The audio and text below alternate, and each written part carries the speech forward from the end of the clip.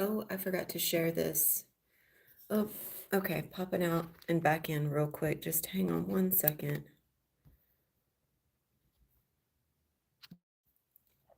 Okay, there we go.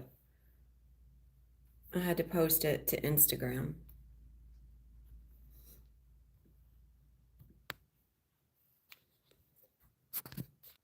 I'm just making sure everything is connected.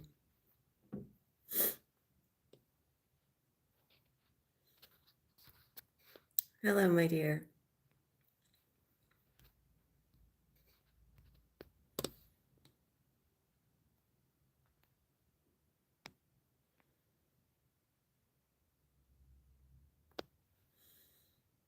Mm, well, hang on. Let me fix that.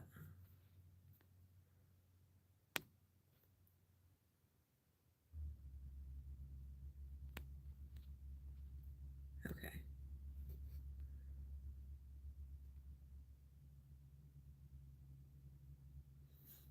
All right, welcome, beautifuls. We'll just give this a moment to go live, and then yeah, I'll start speaking into some stuff. I was gonna do a reel on Instagram, but like 2 days ago, I recorded like a 20-minute reel and I started uploading it, and it was like uploading for, I don't know, like 5 hours, 6 hours. And then it just would never let me upload. It kept telling me that Instagram had a bug and it was crashing and I had to update it, but it wouldn't let me update it. So I uninstalled and reinstalled. And when I did that, it just disappeared. Just like my live the other day, the live disappeared, the reel disappeared. So I was like, okay, I'm just not even going to worry about Instagram. I'm coming on here. I'll just speak into some stuff here. I might, I don't know, put a snippet of this on Instagram or do something, I don't know, approach that differently. So grateful that you guys are tuning in. Like I said, it was just going to be like a 20-minute reel. So I don't know how long this is going to be. It could be pretty short, could be an hour. Either way it goes, it's going to be however long it needs to be. So welcome to those that are joining. My name is Ayawasi, and I'm going to speak into a few things here that have been moving through my own awareness that I hope is passing through the awareness of those that I am mentoring. We're going to explore this really important part of self-mastery, which is meaning assignment. Basically the things that we give meaning to, the things that we assign meaning to, and why those things take up so much time and space, and why we are consistently, investing ourselves in the way that we are, and how we can approach that slightly differently, how we can experience things slightly differently through that approach, and really looking at neutral presence as a powerhouse, a gateway to take that charge, that excess, that energetic charge that's around a lot of beliefs, a lot of belief systems, a lot of experiences, and seeing how we incorporate that and how that really, really, really takes that charge down so things don't feel as chaotic. They don't feel as intense. They don't, you don't feel like you're about to die or you're about to lose someone, or you don't feel like, things are coming crashing down on you. I had, and I don't know if she could be here right now. I had a sister reach out to me 2 nights ago, and I know I haven't gotten back to you yet. There's been some other stuff that was necessary for me to focus on. But the sister reached out to me and was asking me about something that was happening to her in relation to some excess bleeding. And even though I haven't gone into the discovery of what's happening there, one of the things I invited in for her, and I'm going to use it as a point of reference, is that, when we have something like that that's taking place, and we go into a state of fear of like, okay, I'm bleeding, I've got some excess bleeding that's happening here. You know, I feel like I should know what's happening, but I don't quite understand. If the initial approach to even an event like that is that something's happening to me, then I go into a state of fear and I'm trying to assign what this is. Like, I'm bleeding, that's an effect. There must be a cause to the effect. But the truth is that before that excess bleeding started happening, around a monthly cycle where like you go for your monthly cycle, you go for your 5 days or your 7 days, and then you're going for like 10 days or 12 days. Before you even reached that point, you were already projecting, you're already transmitting whatever that story is, which means it's not happening to you, it's happening through you. And I know we hear that all the time, but it becomes a really generic statement when you don't have anything more than an idea or a concept of the words. So, is something actually happening to her? No. But there is something that's creating that experience. Now, I've had something that was happening for me, and my initial response was when I was feeling what I thought was a cyst on my ovary, I labeled it as a cyst on my ovary because of the location, what I thought I was feeling. So as soon as I felt the inflammation, welcome, Brittany. Grateful to have you, beautiful.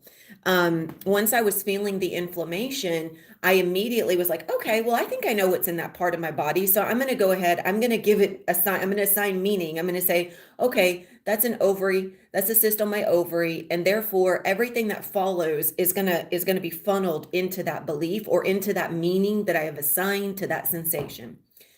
Now, one of the really interesting thing that happened a few days ago is I realized it was never my ovary. I was actually receiving early on what it was, but I ignored it. It was my spleen. Now, interestingly enough, my spleen is connected to the blood. It's connected to my blood cells. It's connected to my bloodline. One of the biggest cycles that we have been in is our root cycles, which is in relation to our bloodline, our mother line, our father line, our sense of safety and security. And I have been in some experiences with my mother that have been seemingly chaotic. And that was inflamed before all of that happened. However, I assumed it was my ovary. I had assigned it meaning, so therefore I was ignoring what it really was in lieu of what I thought it was. And therefore, all the signals my body was sending me, which were telling me what was getting ready to happen, I was ignoring because I was viewing it through a different lens of what I thought was happening. So, is this sister having excess bleeding because something's happening to her? No. Was I having an experience of a cyst on my ovary as something happening to me? No. But I believe that's what it was. And therefore, I had that experience, or at least the perception of that experience. Because before we ever have a thought, before an event ever occurs, we have signals that our body is sending, giving us a heads up as to what is about to occur. Everything comes from a somatic space. And that's because your somatic space is your field. It is your space of resonance, coherence, everything that you have ever chosen to accept as your truth is transmitting through the quantum field. You have access to infinite possibilities in every moment, but whatever you're most focused on is what you're going to align yourself to, as we all know, right? However, what's really interesting about that is 9 times out of 10, we don't actually experience what's really happening. We experience what we think is happening based on the meaning that we have assigned, based on the belief system that we operate through, based on what we believe in terms of right or wrong, good or bad. Is an event actually happening to me? No. But if I believe that something can happen to me, then I will likewise experience an alignment to a reality that shows me just how much something can happen to me. So with that being said, one of the things that I had asked her, I said, okay, so what was the lead up to this? Because you were receiving, you had things that were happening before this happened. So what was the precursor? Where was that moment that you got the signal? Because you're operating behind a lens that's your body's not in balance. It's not in harmony. Now, of course, because we're going through life happens. It's the holidays, people are busy. A lot of times people are not going to pay attention to what's going on in their body. And the whole reason why you're busy, the whole reason why your life is happening, the whole reason why you've got kids, why you've got family, why you've got animals, why you've got a job, why you've got a house to care for, why you've got an apartment to take care of, why you've got a condo to take care of and pay for. The whole reason why you've got all of these things happening is because you've set yourself up to remain distracted and to remain under the guise of responsibility.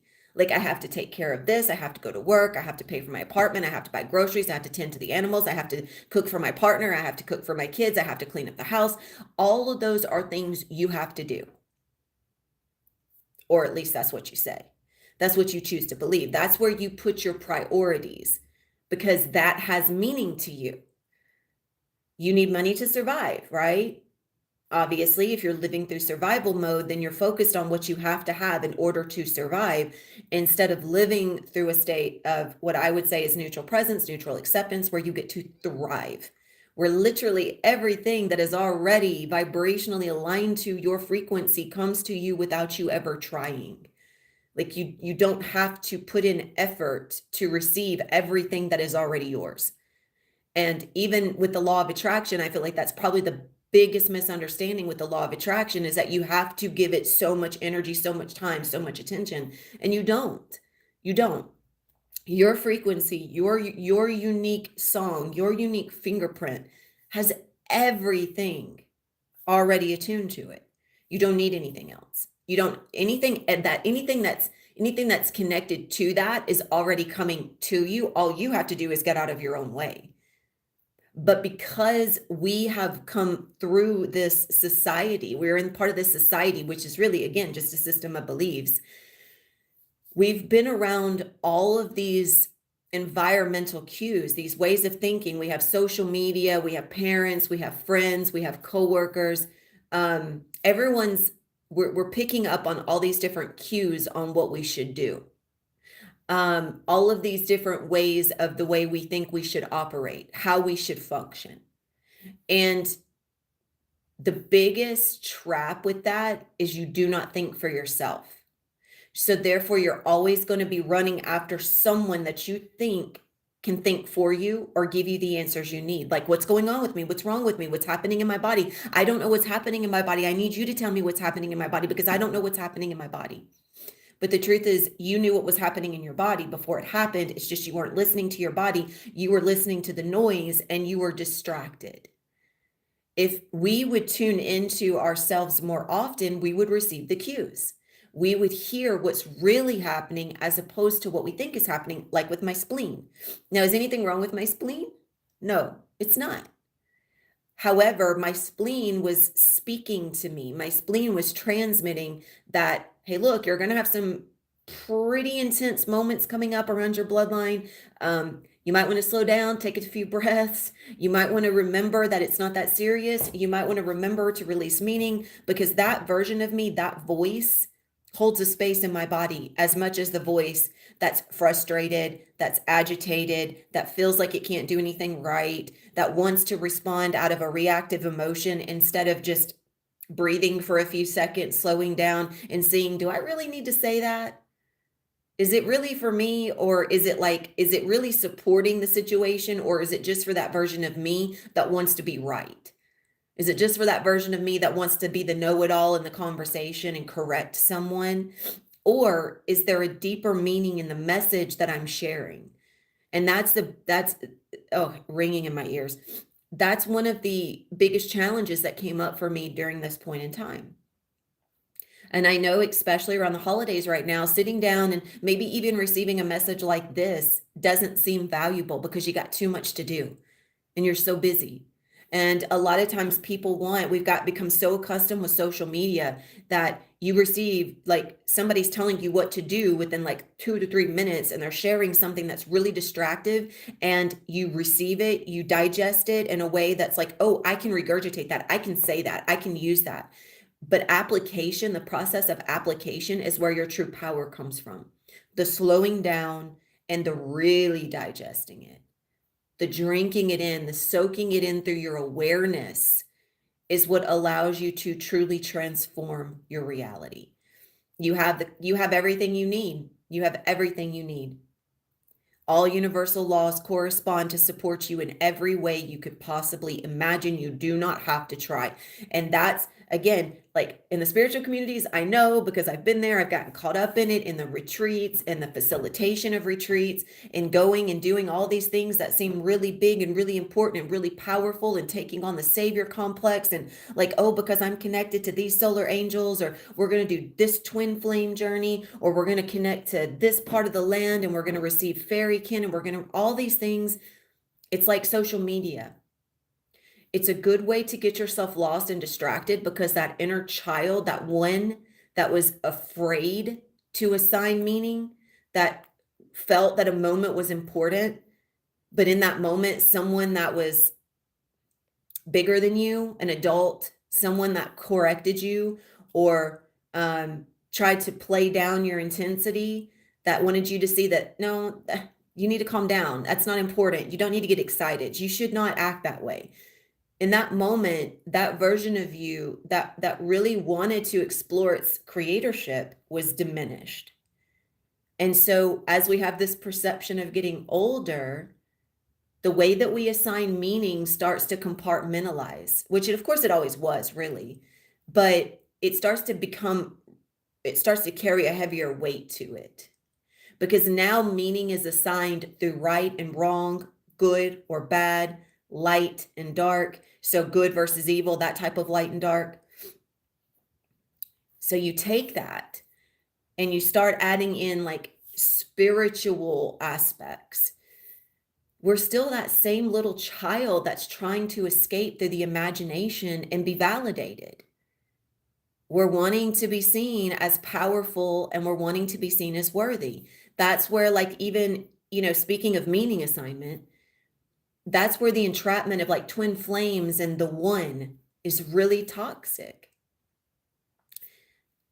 From your childhood, you've been running from love because love is a way of identifying with what you think you need or what you think you have. But love is in its essence, in the way that we know love, identified. It's an identification process. I'm in love, or I love that person, or this person loves me. I do this all the time with Bruiser. I tell Bruiser all the time I love him. That's my baby. I also understand that way of behaving is a shell of reality. I know it's not my full truth. I know it's not real love. I know it's an attachment. It's a projection.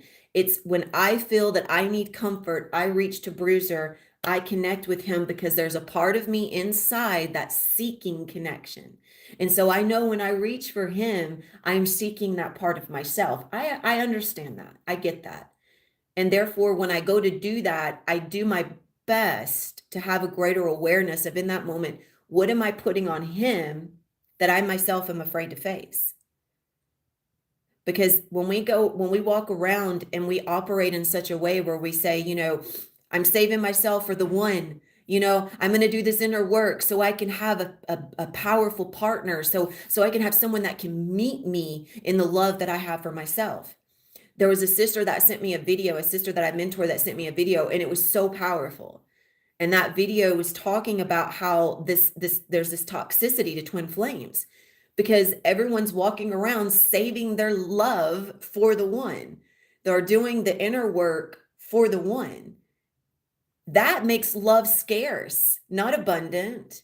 And that was like, boom, like so true.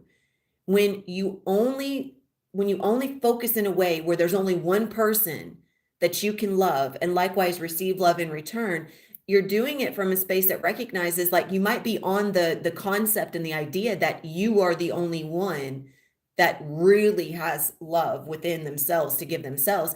But do you understand that you likewise cannot receive that type of love back, only except from yourself?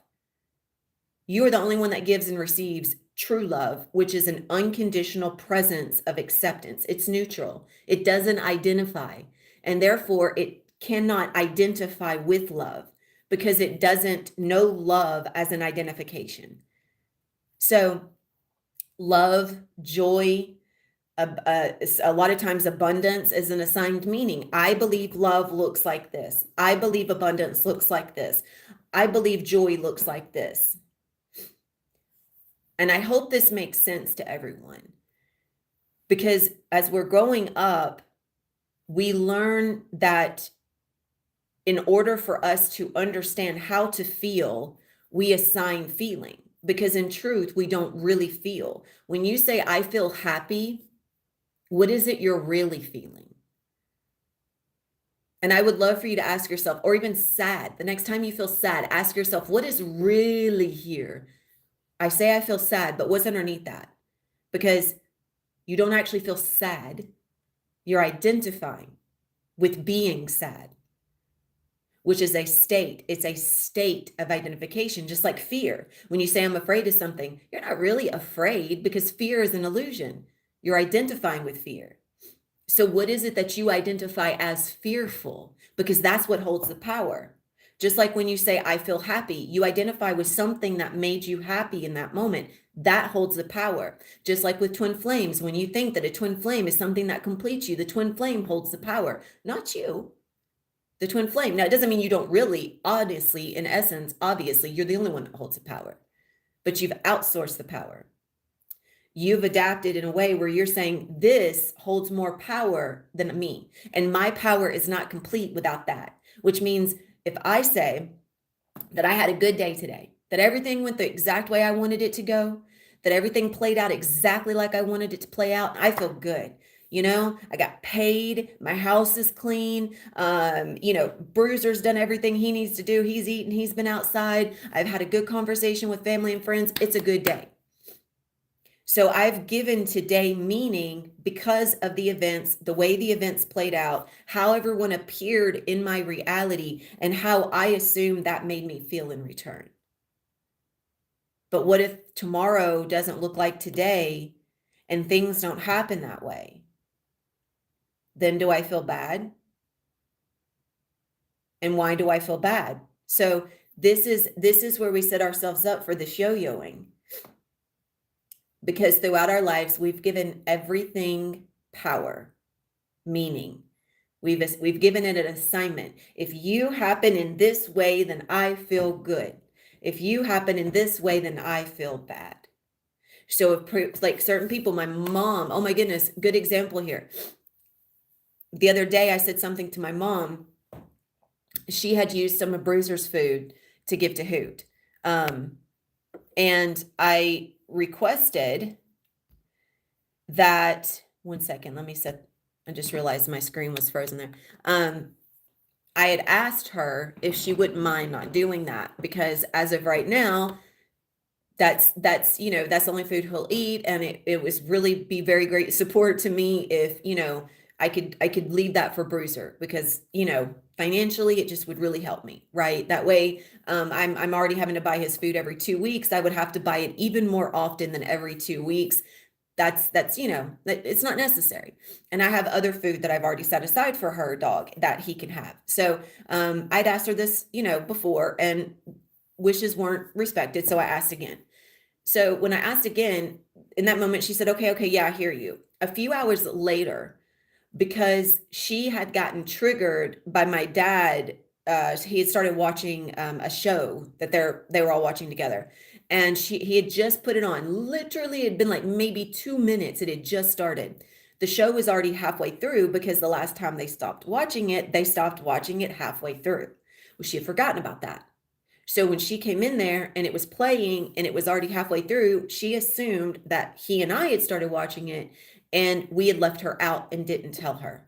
So she took what I said a few hours ago and started getting pissed off about it, and started wanting to argue about it, and started putting it in my face like, I just walked in the door and I'm just trying to get this stuff done, and here you come attacking me and telling me what I need to do. And I'm like, no, it was a question. I asked you. That's an invitation. It's not an attack, But obviously she's not there to hear that. She's just simply there to tell us what's wrong with what we're doing.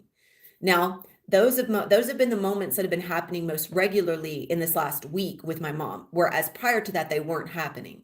And this space, I'm not surprised, obviously. This time of year with the holidays, there's a lot of bloodline intensity. Most people that don't see their families for a year might see them once a year. Sometimes it's good, sometimes it's not so good. or people that don't have family are projecting these senses of lack and sorrow and grief. And so energetically, because what we put out is received, it's a field, we're all interlocked. And I was energetically, vibrationally already moving into a state that defines itself through a little bit more chaos. So we all connect to each other based on where we are most resonant. So if I start going down a little bit, my vibration starts going down. It's not that it's a bad thing that it lowers, it's dipping. It's going into a valley. And as I'm in the valley, in order to get back up, I have to explore everything that's in the valley, and I have to allow myself to rise back up. And the only way I'm going to do that is to face whatever's on both sides of that valley. I got to face myself. And that's what's happening with my mom. And as we all know, with this time of year, like I said, I'm sure more people are transmitting from that space.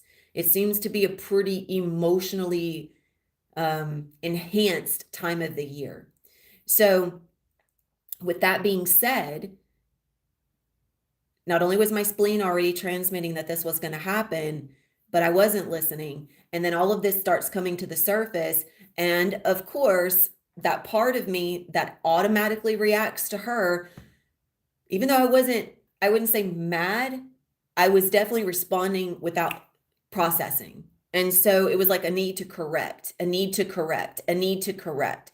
So when she would say something, I would say something in a need to correct without pausing, without slowing down, without processing what I was going to say to make sure, do I really need to say that? And that's been happening way more often than it has in like 6 months.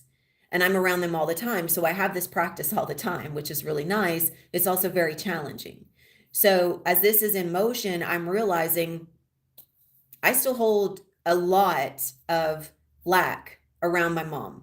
Not because not my mom, but that version of my mom that I have created.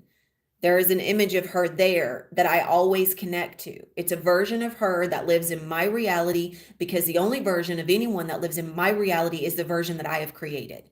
So you don't connect with the real person. You don't connect with that person's soul, because their soul is bound to their field, to their dream, to their little portion of creation. And we're all intermingling as one, that we're all connected, but we are also in our own dream state. We're also moving through our own karmic debt, our own lessons, our own path.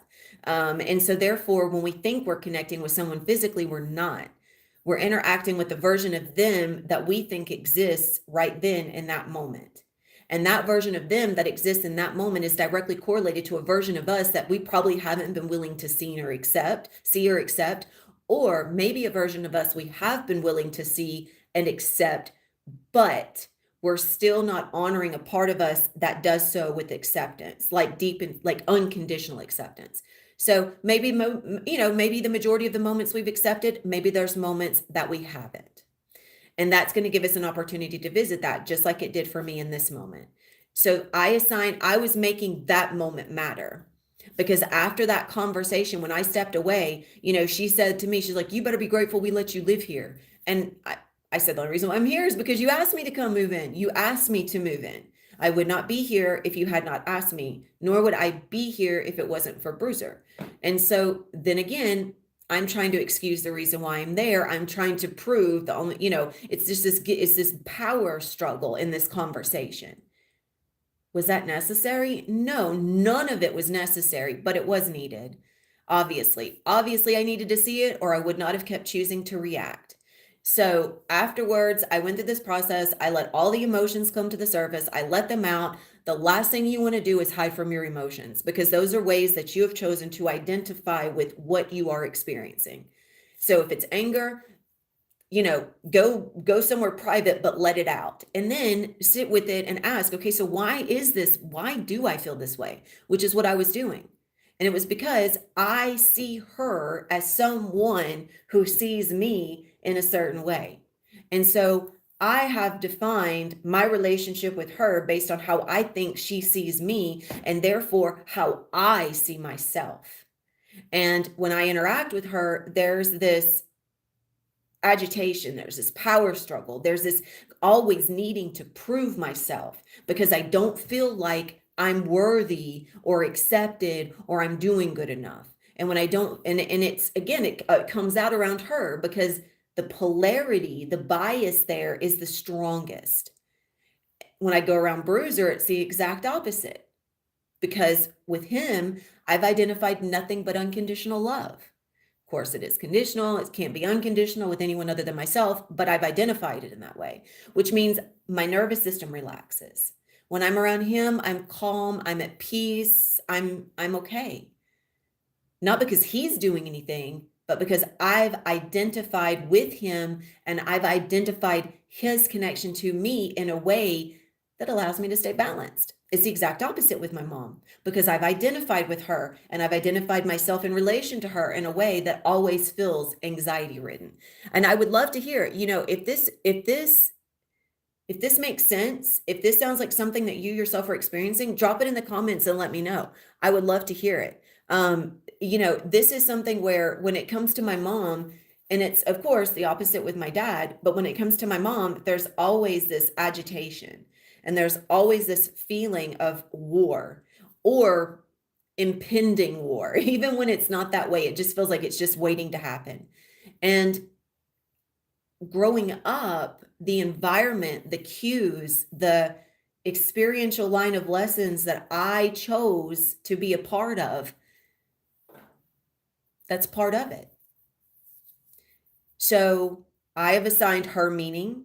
I have assigned that she is incapable of understanding. I have assigned that she's not able to feel emotions or her emotions are shut down. I have a list of all the things that my mother is or is not.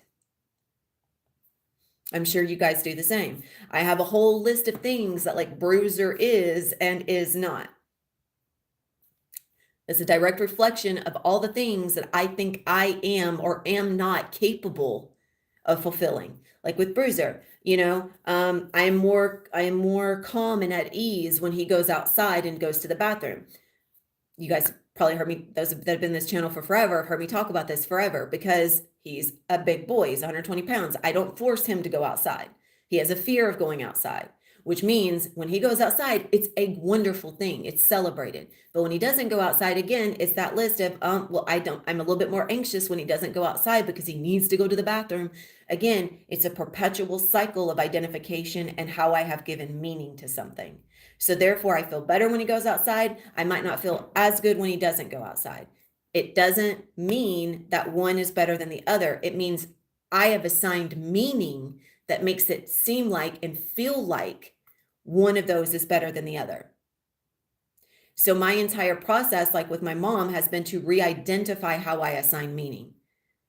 And can I meet that with neutral presence and acceptance? So the last few days, that's what I've been doing, even more than usual. I've been meeting myself in a deeper state of acceptance. And this means that no matter what my mom says, I don't have to say anything in return. No matter what Bruiser does or does not do, I do not have to feel anything in relation to it. It doesn't mean I don't feel. I allow the feeling, the sensation to appear. But as the sensation appears, I ask myself, is this how I really feel?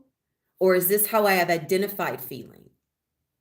And of course, it's how I've identified feeling because true feeling is neutral. Everything is neutral. So when we are in a state of neutral acceptance and neutral presence, we are no longer giving our power away through the meaning. There is not one moment or one thing that's better than another. And when we live that way, we're not bound by these moments of imbalance. Did all this stuff happen with my mom? Yeah. Is it controlling how I feel? Did I go into a funk? Did I have a pity party? No. Because that doesn't make any sense. Why would I choose to feel how I feel based on how I choose to identify the moment and identify the person and identify with the experience and then just go in and shame myself over it? I mean, I know this is like a typical thing. I mean, I used to do it, but think about that for a second. Why choose how you feel, and then choose to shame yourself because you felt that way. There's nothing wrong with choosing to feel how you feel. It's not bad. Are you willing to accept that there is no bad?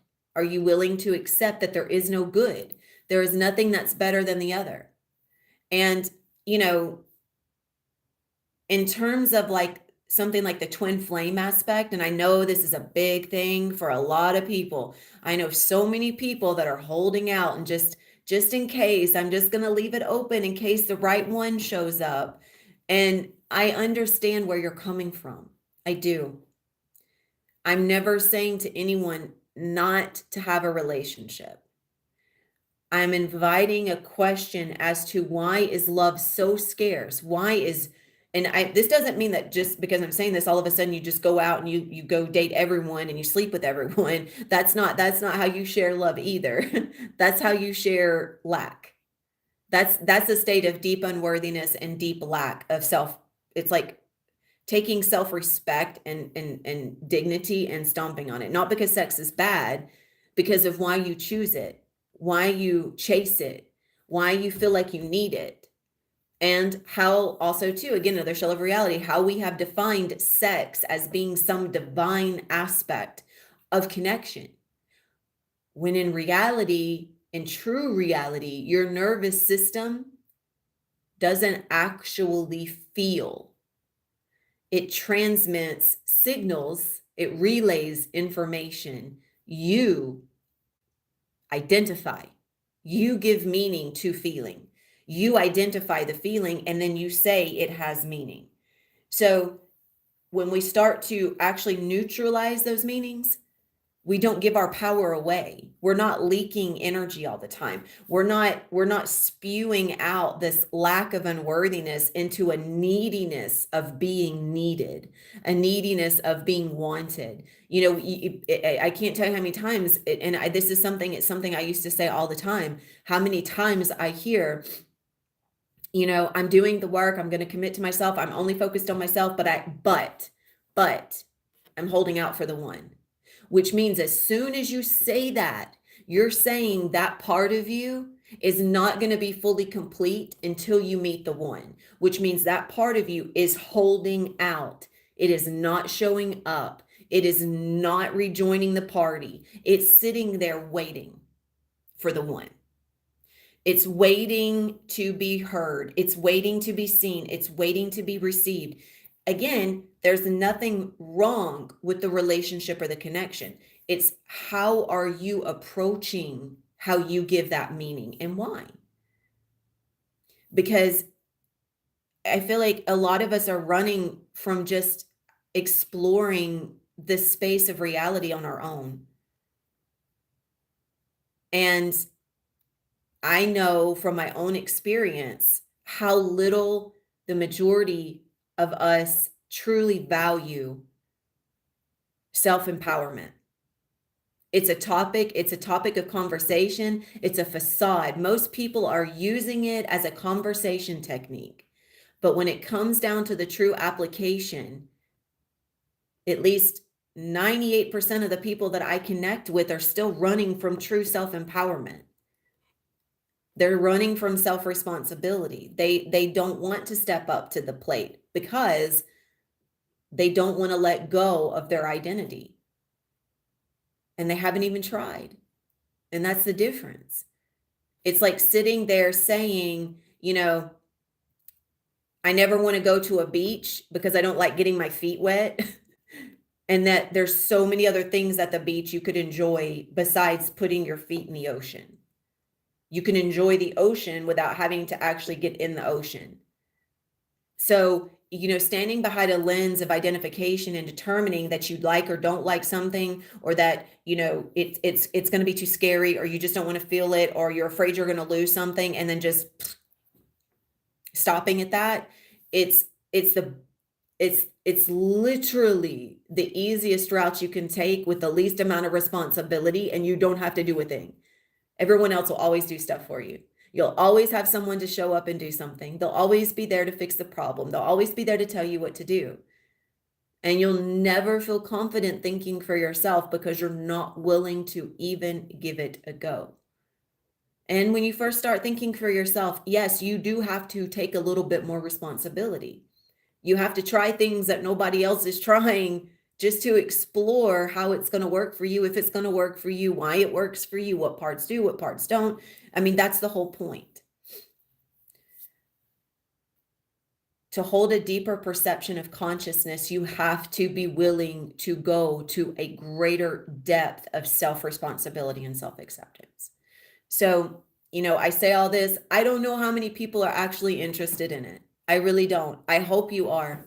I hope it intrigues you. I hope it supports you. I hope there's something here that you can take and learn from and apply. Because at the end of the day, I can tell you a few years ago, this was very interesting, and I feel like everyone can relate to this. One of the sisters that I mentor, she had went back and seen some of my photos on Facebook, and she was going through my photo albums, and I don't even get on Facebook anymore. I've forgotten about half the photos that are on there. And she sent me a message. She was like, "Oh my goodness, Aowasi, I love looking at these photos. You're so happy and they're so playful, and like you're just like, there's this one you look like she said I look like Marilyn Monroe or something. I had like really blonde hair and it was curled and everything and makeup on and the red lips and everything." And she said, I love this. It's a side of you I've never seen. And I said, what's really, really interesting about that? All those photos that I'm smiling in, that smile is covering intense suffering. That was a facade. I was on TikTok. I was doing the dances. I was doing the things. I was showing, you could see me. My image looked happy and fun and playful, and I was doing all the things. But as soon as that video stopped, I was so disgusted with myself. I was so unhappy. I was still on drugs. I mean, I was still on drugs pretending to be committed to self-mastery. I was escaping. I was numbing. I was suffering. So just because it appears perfect, I mean, I had the makeup, I had the outfits, I had the whole setup, everything looked more presentable and I looked happier than most people assume I am now. But that's the difference between the facade of the identity and someone that is truly and wholly at peace. Because peace does not need to show that it is happy. Peace does not need to show that it's got it figured out. Peace doesn't show up and pretend to be peaceful. You don't need to be running around laughing hysterically and acting like everything is great, because it is. So why do you need to act that way? And that's why, that when that shift happened, most people assumed that I was serious. No, I was serious then. I was like seriously unhappy. And just because the front didn't make it seem that way, what was happening behind the scenes, like I feel like the majority of society, whatever you see on social media isn't everything. And we use it to make it seem like we have everything together and everything is perfect. But how many of us are willing to sit down and explore the depths of that shadow that we are hiding from? That's what I invite in. Those are the types of exchanges I have. I want to explore what you're running from. I don't want to run away with you. I've done that long enough.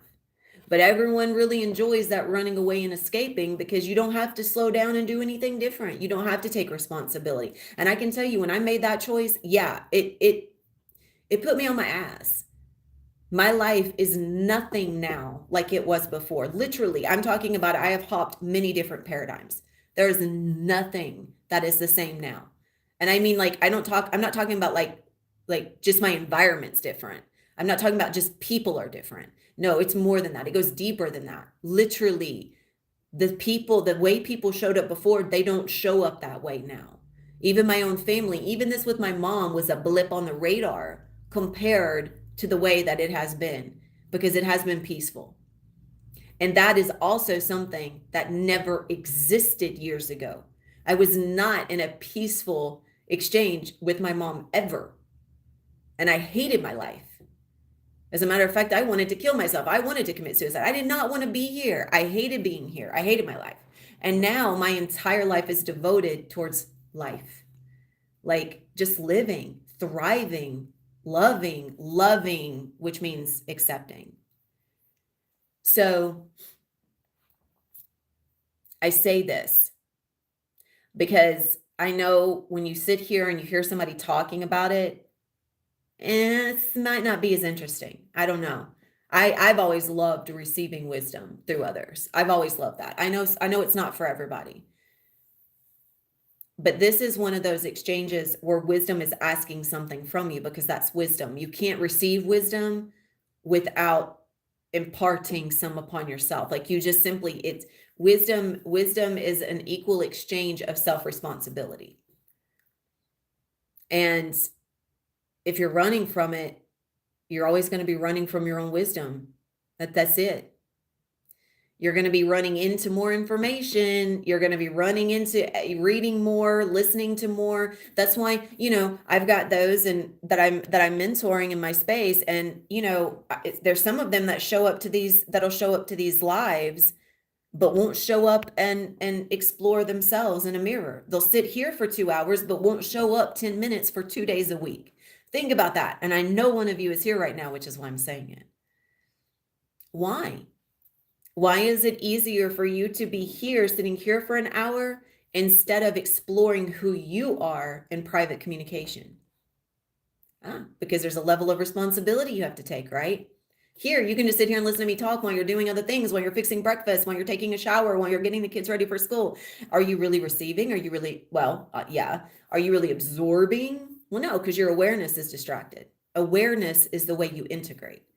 Awareness captures things and it looks at it. You're observing it, right? And whatever it is you believe, it takes that information and it puts it in the place it's meant to be for you to explore it in other moments. So, meaning, if you do not find meaning or importance in self-love, then anything that asks you to explore that deeper will not have value. If you are chasing meaning, if you're looking to find and like literally, if your 3D is what's important in 3D, let's say not 3D is a way of perceiving. If your material world, your possession world, that's what 3D is. It's a possession mentality. It's a possession perception. I have this person, or I want this person, I need this person, I want this house, I want this car, I need this house, I need this car. That's a possession mentality. It's also a slave mentality, because you remain trapped and you remain bound, entangled by that way of believing and perceiving. And you're not free, because you feel like your life is never going to be complete without it, which means you're not happy right now, which means in the presence of right now, your acceptance is being ignored. Gratitude is being ignored because you're chasing, you're looking, you're trying to find, you want, you need, you want, you need, you want, you need, instead of just accepting what you have. So if we could practice being accepting, loving, honoring where we are and what we have right now, instead of trying so hard to have something more. I mean, if that's where your thoughts go into what you can have next, into who you can talk to next, into who you're going to text back, then you're not here. You're not present. You're traveling. You're going. You're moving. You're excited. If you slow down and you pause and you just sit in acceptance and gratitude and visit with those thoughts, but don't run away in them, then you can see where it is you are most bound. What is most important to you? What is it that your train of thought focuses on the most? Where do you go with your thoughts? And are those thoughts high thoughts? Are they low thoughts? How do you think you feel about those thoughts? Do you feel good? Do you feel bad? Do you feel excited? Do you feel shameful? Explore that, but don't go into it. Observe it, but don't attach to it. And if You can get on the phone and you can scroll social media for 10 minutes a day.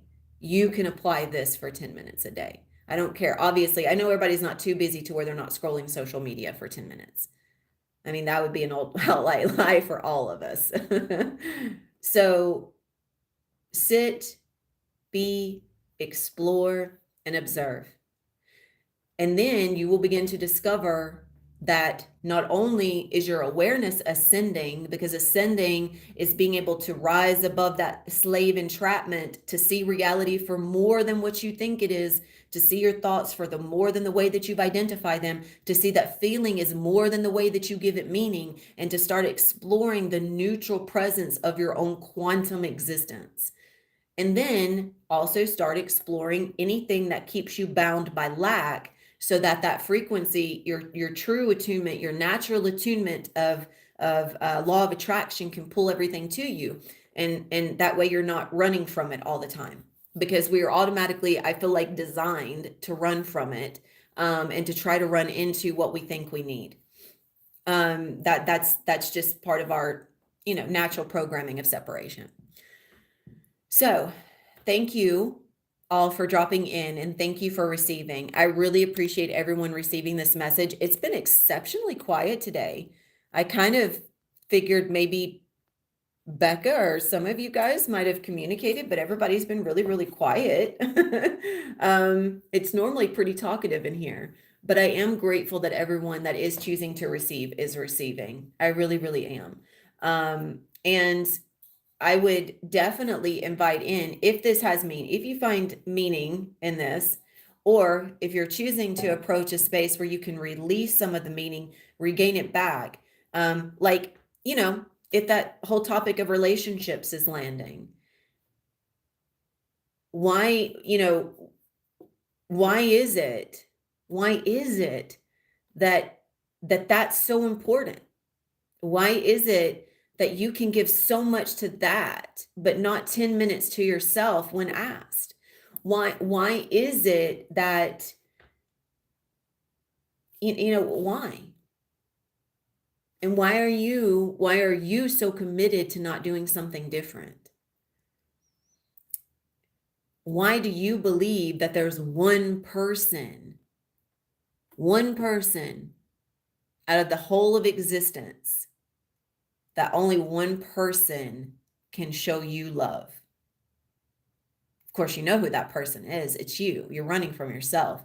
And you've attached that meaning to what you think you need to another person, and you're chasing it. You're chasing a shadow.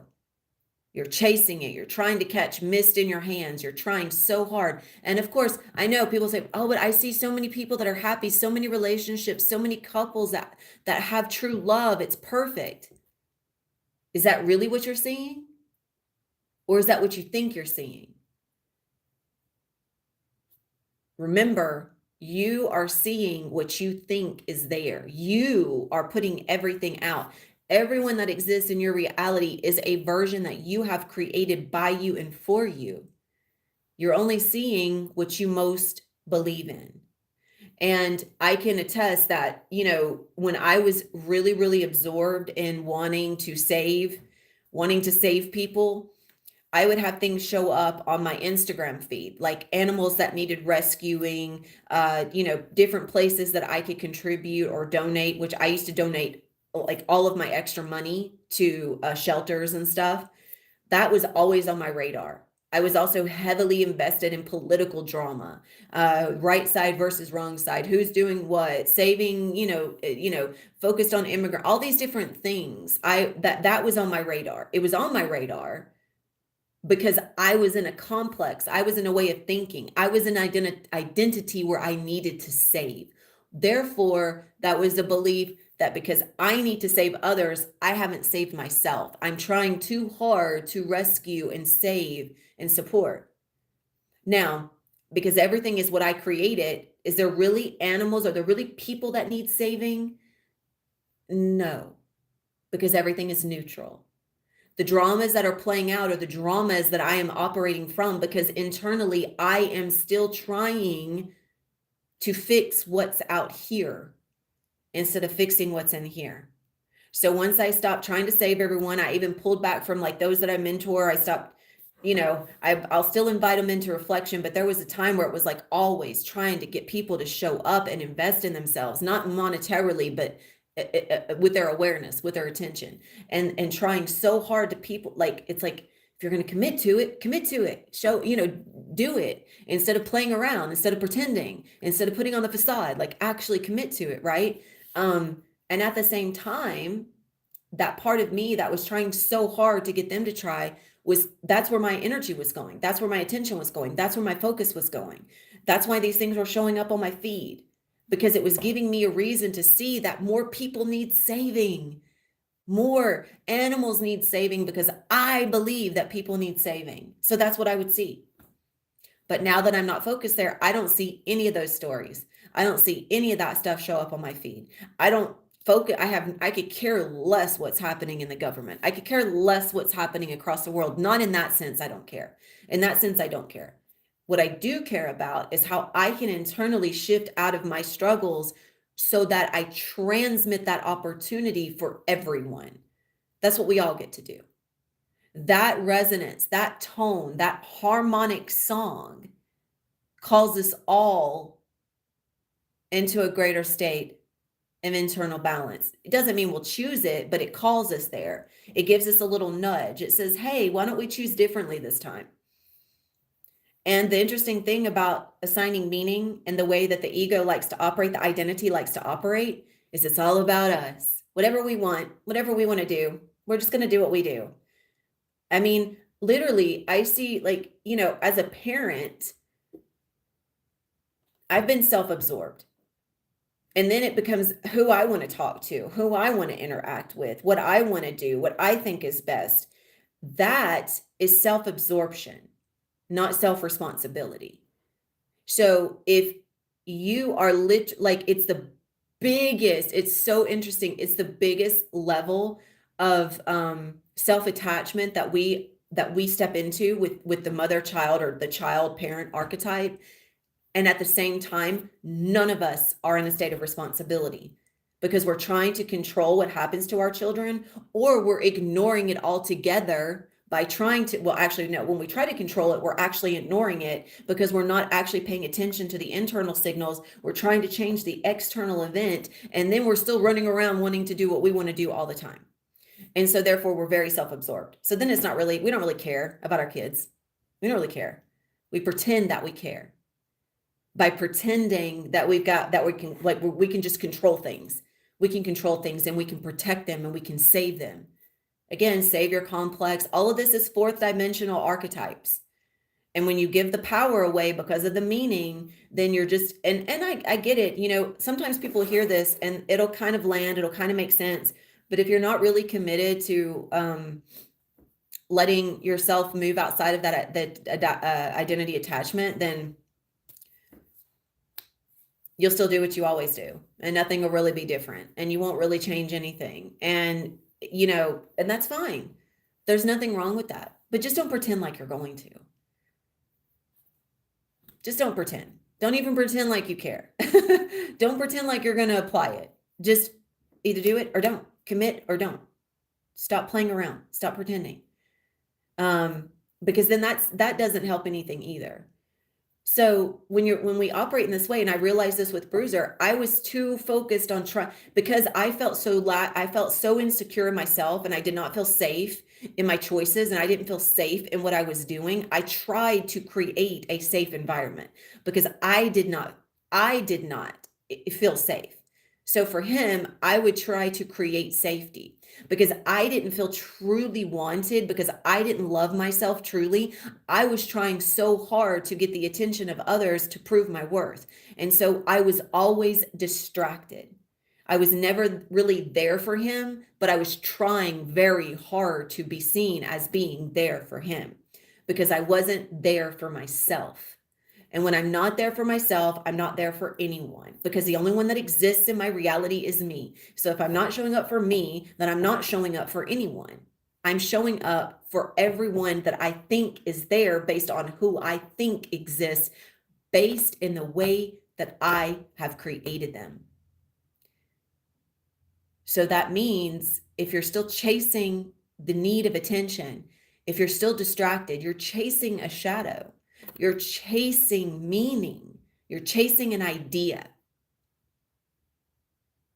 It's not really there, but you're trying so hard to grab a hold of it. And that's why on the outside, everything looks really nice and put together. It's why you look so good and presentable. It's why everything looks so perfect. Because as long as all of this out here looks good, this in here can remain chaotic. I don't know. Maybe you like that. I sure as hell don't. I don't like the chaos. I don't like feeling like I have no control over my thoughts or my feelings. I don't like feeling like I constantly need someone to show up and tell me what to do. Like, I don't like feeling that. I don't like feeling helpless. I don't like feeling like I'm not in control. And at the same time, I also don't want to be in a state that's trying to be in control. That's just me. So if you want to grow up, then start taking responsibility for yourself. Start checking in with yourself. Stop taking the easy way out and relying on everyone else to fix the problems for you. And start truly giving a shit about something other than just what you want. Because you can still have what you want without being so absorbed and consumed in it. I know that's the biggest comfort zone. I can tell you when I realized how happy I finally was, like, because when I moved back in with my parents, I hated it. I hated being here. I couldn't believe I had accepted the invitation. It was like, I hated it. I had to learn not to hate it. But once I learned not to hate it, I realized I had gotten too comfortable in not hating it. And it felt like I was taking I was taking advantage of my own time. I was taking advantage of my own space. Did I have everything I needed? Yes. Does that mean I'm putting in more effort? No, because I have everything I need. And the only time I could feel myself wanting to put in more effort is when I actually did need something. And so now I'm seeing that how I maintain balance is not by doing more, but by internally applying myself more. That's how everything always works out. Everything always works out for the best. Everything always shows up. Everything always is aligned. And I'm doing work. I'm actually am doing something, but I'm not distracted in doing. I'm anchored in being.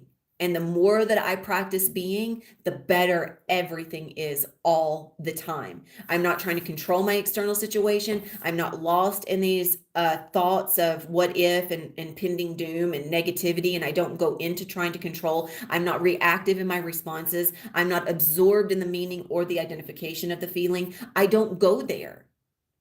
And all it requires is a handful of time, little bit of my time and effort every single day. That's it. So if I've got time to scroll, I've got time to do that. If I've got time to watch a movie, I've got time to do that. Simple. It's simple.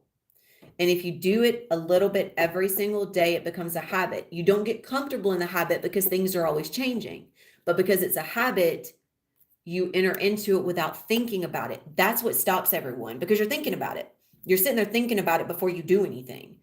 You're preparing, you're planning, you're thinking about what if you can, what if you can't? Do you have the time? Am I going to be able to do this? I don't know if I can do this. I don't know if I'm in the right space. You have all these things that are happening because you're thinking about it. If you wouldn't think about it, you would do it. That's what stops me, is thinking about it. I sit there and say, oh, I probably need to do this. But because I thought about it, then I have all the reasons why I could or couldn't, the ways if I feel right, if I don't feel right, if I should, if I shouldn't, like all that stuff steps in. The way that you follow through with something by stepping into neutral acceptance and presence is you don't think about it. You simply receive that nudge. And as soon as you receive the nudge, you're there. You just go into it. You do not think about it, because that's what keeps you trapped.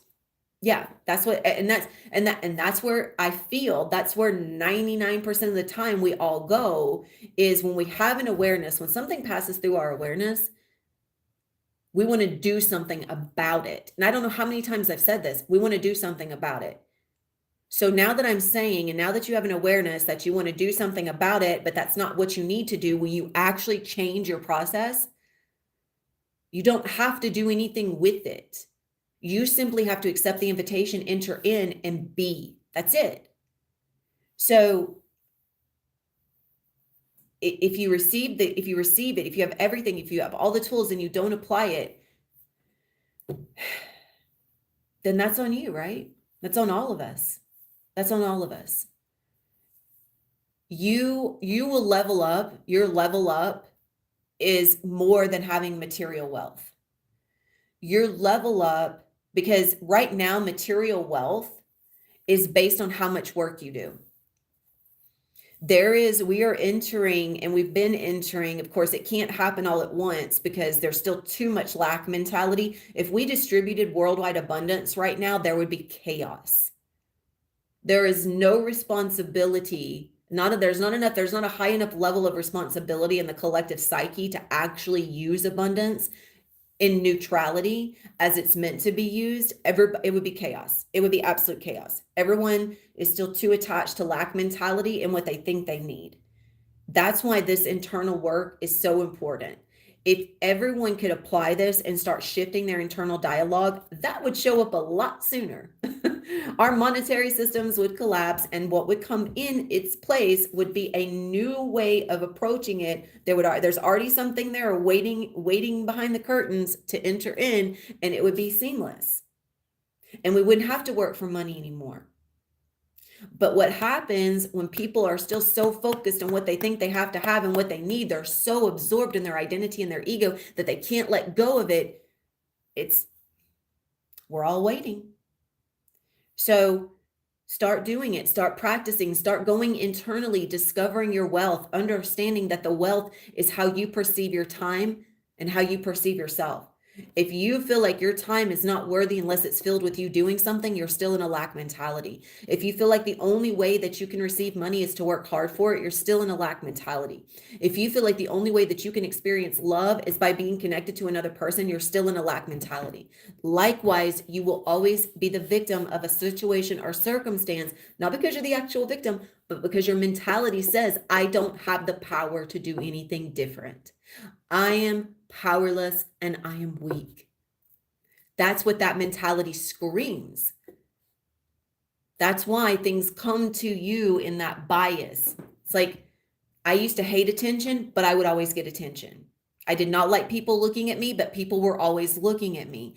That's because I identified attention as what someone gave to me or didn't give to me, when attention is an internal focal point of observation. Obviously, I didn't know that, but that things like that happen when we don't have a deeper understanding of why it's happening.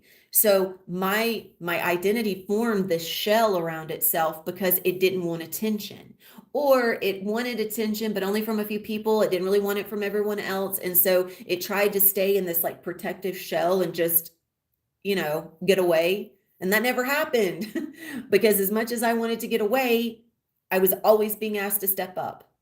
And that's because I didn't know, but now that I do know, I recognize I was running from that part of me that was afraid of using its voice. I was afraid of speaking. I was afraid of being heard. I was afraid of communication. And yet I was always told that was one of my strong suits, was communication, but I was terrified of it. Because I was terrified that somebody wasn't going to like what I said. I was too worried about what other people were thinking. I was too worried about what other people were doing. So I wasn't focused on me. I was focused on them. My thoughts went there. My feelings went there. My identity was stuck in that way. My identity was always recycling through that way of feeling. So therefore, I never stood up. I never communicated.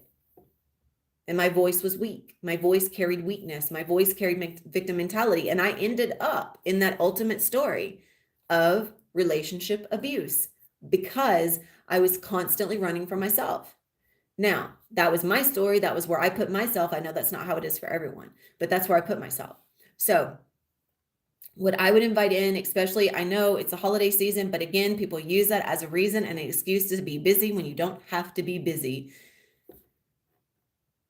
In closing, I'm going to invite everyone to slow down and just stop for a few minutes a day and review what you give meaning to. review how you assign meaning, review what you make important and why, and then start redefining it. And of course, you don't have to. Nothing bad happens if you don't. Everything stays the same. And I don't know, maybe your life is perfect. Maybe everything is perfect. Maybe you have not only everything you need, but all of your relationships, your family, everything in your life is so perfect that you wouldn't change a thing. And if so, that is wonderful. And that means this doesn't speak to you. But if things aren't that wonderful, if things aren't that balanced, then start reviewing the meaning. Stop running from your identity and start facing into it. Sit with yourself instead of everyone else. Stop giving yourself an excuse and a reason why you are busy. That's why you stay busy. You've like I said, you set it up that way. You have made sure that you will not have time. And that's the point. Then you don't have to be aware of yourself. You can just always be busy and it won't matter. I feel like we're all in this together. And my invitation is that the easiest thing in the world that a person can do is nothing. You can be busy. Oh, I said that at 1-1-1-1, like 1-1-1-1-1. You can be busy. You can stay busy. You can have your plate full and do nothing.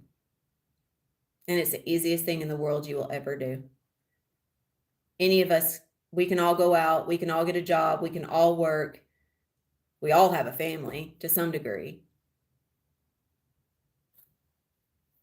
It's easy to do the same thing that everyone else does in the world because everyone else has told you what to do. And you're doing everything you think you're supposed to do because everyone else is doing it. And you think that you're fitting in and you're part of the crowd and you think that you've got everything together, right? We all do. That's how it works. But maybe it's time to slow down and wake up instead of running everywhere asleep, because that's what's happening. You're running around and you're asleep. You have no idea why you're doing what you're doing. At least I know I didn't. I thought I did. I had a ton of information. I could tell you about anything and everything, but I didn't understand anything I was saying. I was regurgitating. So it's not about what you know. It's about what you don't know. So slow down, review the meaning, release the need to always be busy, and start accepting that you can still have that life while still reviewing who you are.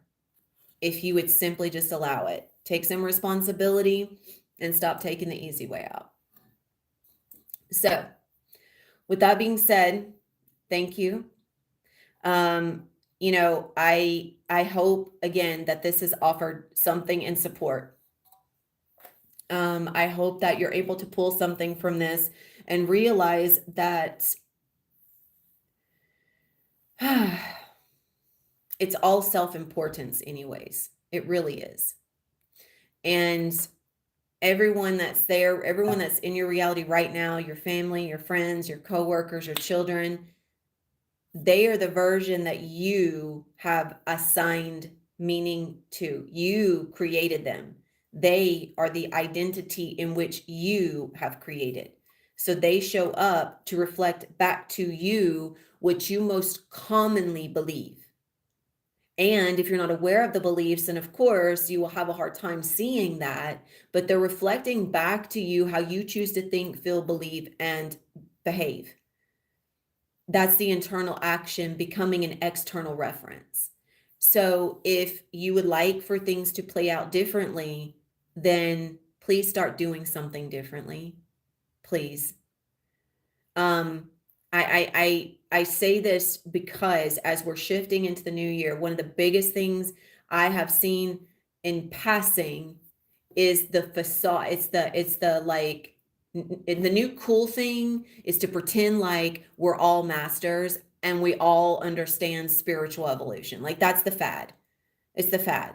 It's like the hippie era all over again, except there's always going to be a pocket of those that are really committed and really and truly investing in it. And I feel like there are more now than there have been. Absolutely. But it's not meant, it's not a conversation. It doesn't, I mean, it can be a conversation piece, but it's in essence something that's asking you to do something more with your life and with yourself. Not because your life is bad, not because you're trying to make it better, simply because you're wanting to explore it for what it really is, instead of going into this chaos of meaning that you're so entangled within. Um, you know, that's all. So thank you. I appreciate everyone dropping in and receiving.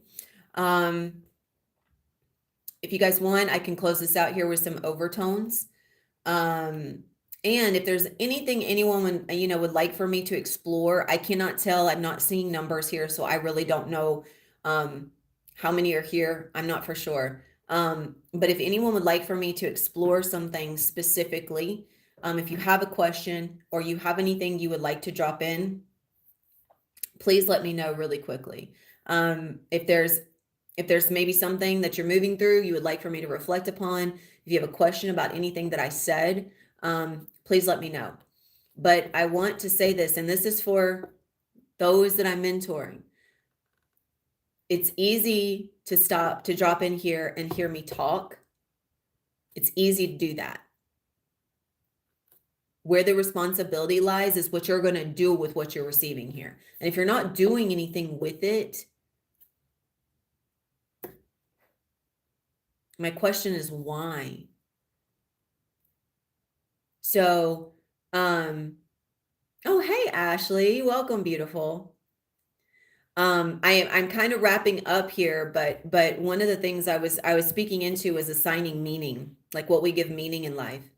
I was getting ready to go into some overtones, but this whole process of what we identify as important, what we say matters.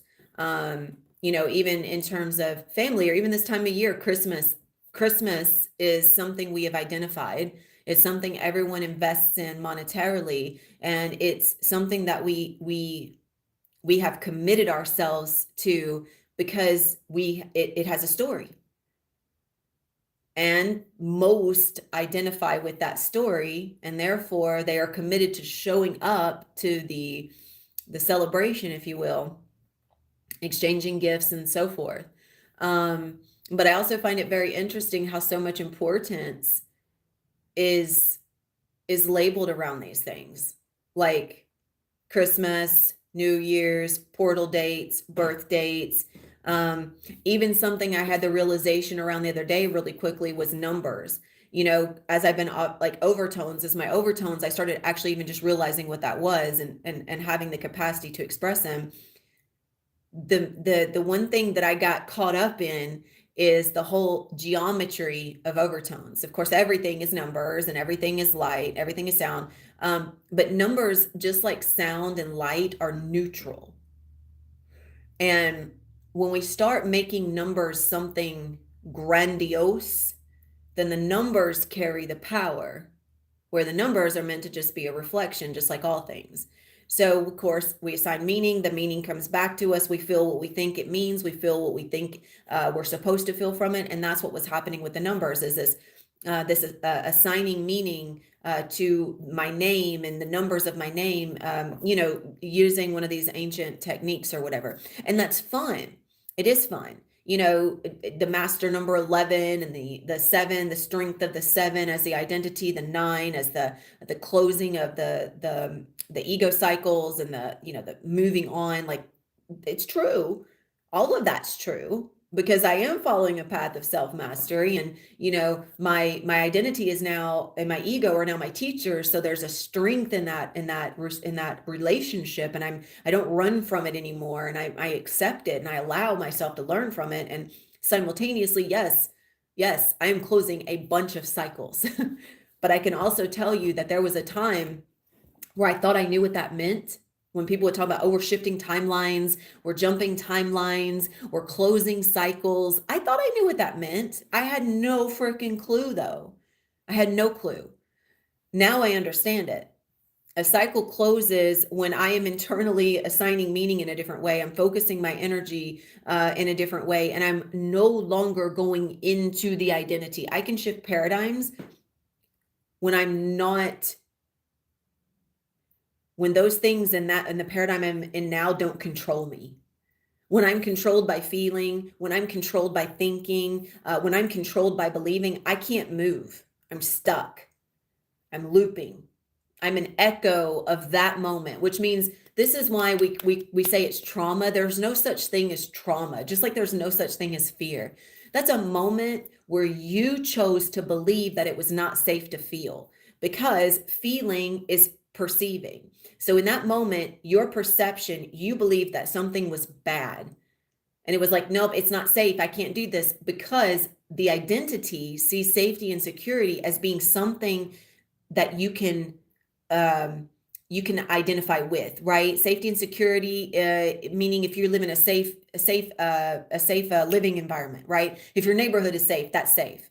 Technically, no, that's not safe.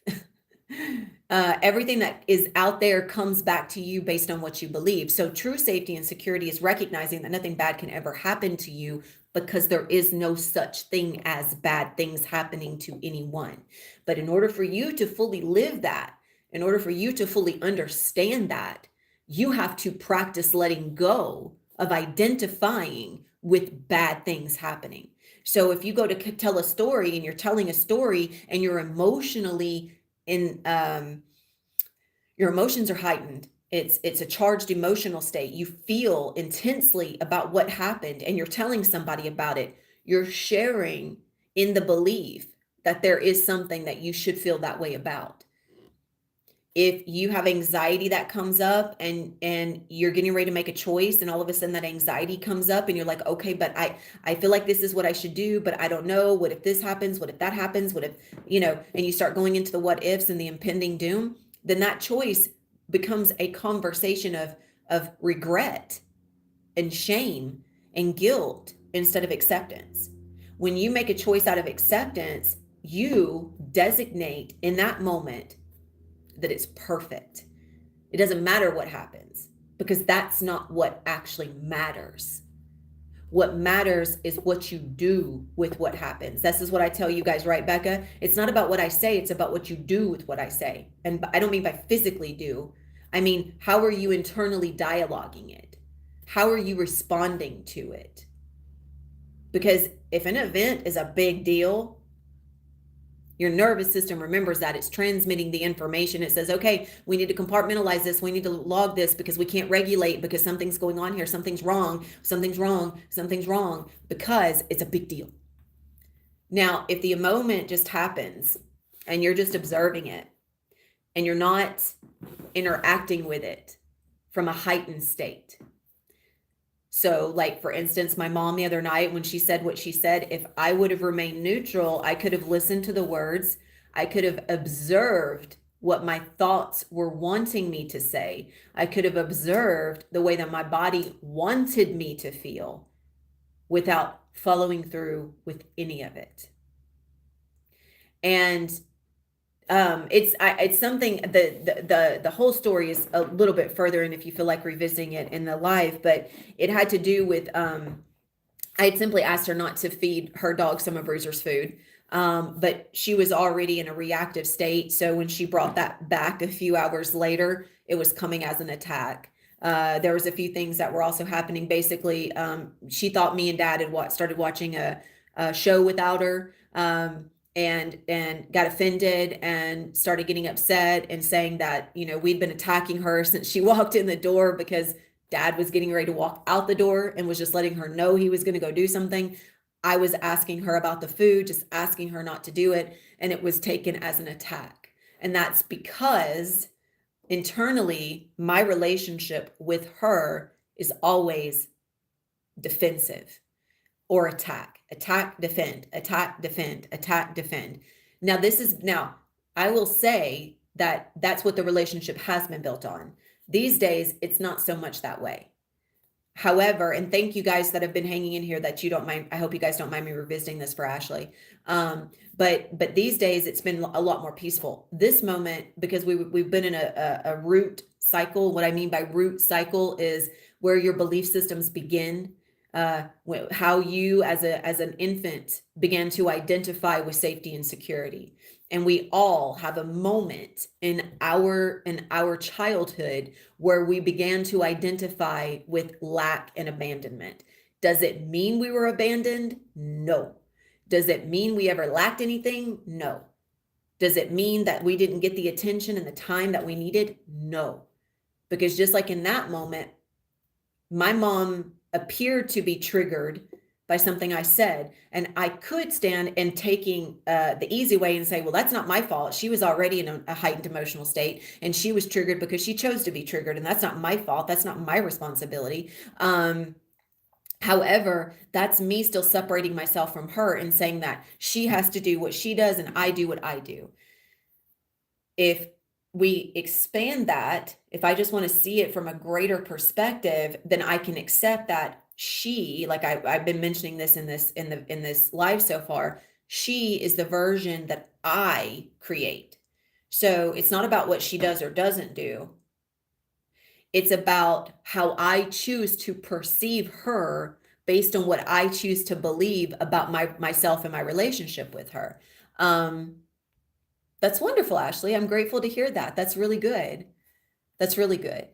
So what was taking place there is before this event ever happened, everything had been leading to this moment because internally, like with my self-mastery group, which by the way, for anyone that's here, if you want to join, it's a free space. But it is a space where, I do ask if you join, at least have some level of commitment to wanting to apply this stuff. Cause I put a lot of myself into it and I share a lot of stuff, and I would, of course, you don't have to, but it would be great. It'd be great if you did. You don't have to, but it is a free space if anyone's interested in joining. So with that being said, this preceding what was taking place was there was a part of me that was still ignoring that image of her. I was accepting her more, but I still have not, there's still so many moments where I have not seen her as not only my equal, but as something like there's still an identity process at work. I still see her as my mom. Okay. And Becca, I'm about to review your stuff.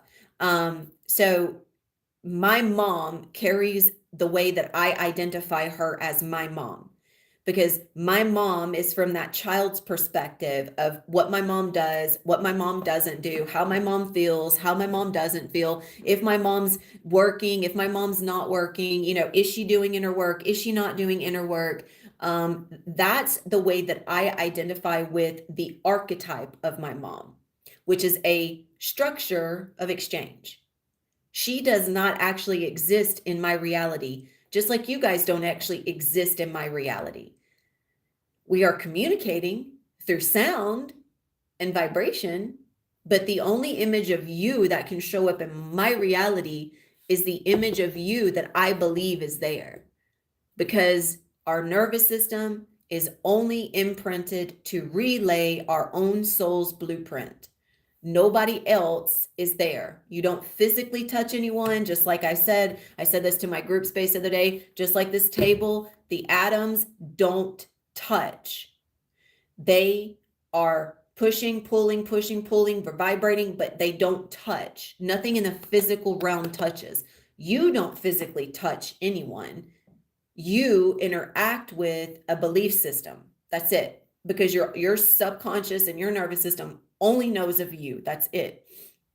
And my mom is me.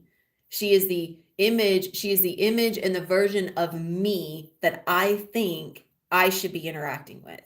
So every relationship, every conversation we have is built on that relationship, because she's my mom.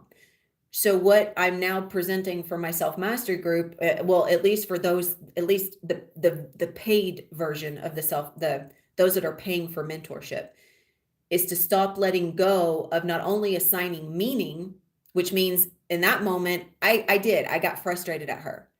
So I started making it matter. I started making what she said matter, as if what she said had an effect on me. And that was directly correlated because she said that what I said had an effect on her. So you see, there's that whole thing going back and forth. So now I'm relinquishing assigning meaning. Now, not only is she not my mom, I am the mother. I am responsible. I am the parent. I parent myself. I am responsible for how I feel. I am the one that is mothering myself. I am the one that is fathering myself. I'm not doing this because I feel like my parents didn't do a good job. I'm doing this because it's the only truth that actually exists. Because my mother is not parenting me. She is a system that is operating through a holographic projection, meaning I'm just sending the signals out and I'm seeing my own interpretation of the signals and they're coming right back to me. So if I want to see a different signal, I've got to interpret it differently. I have to assign a different meaning. I have to see her image differently so that I can see her image differently. And that's what we're doing right now. Reassigning meaning, letting go of meaning in the way that we've been assigning it, neutralizing the meaning by simply just accepting. That's my practice, is just accepting her, accepting what she says, accepting how she says it without trying to correct it or be seen as doing better or trying to prove that she needs to do better. All of that stuff is being let go. And if I am the mother, then all responsibility lies on me to think for myself, feel for myself, and to take care of myself. And therefore, likewise, I transmit that through the bloodline, and it affects the whole line of ancestral experience. So therefore, instead of me inheriting karmic debt, that translates into clearing karmic debt. And that's what my focal point is for all of my self-mastery stuff right now, for those in the free group and those obviously in the paid space.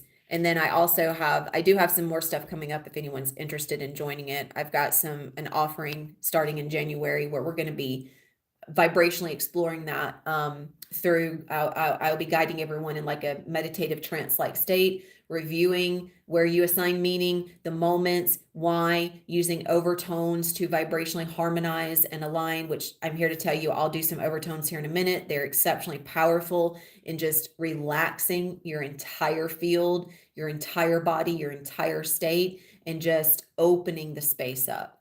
So if anyone's interested, let me know. It's $55 for each of the sessions, or if you want to do all three, it's $111. They're about an hour and a half each. They're pretty deep explorations. And then of course I have the self-mastery group you can join for free, and you get stuff like this all the time for free.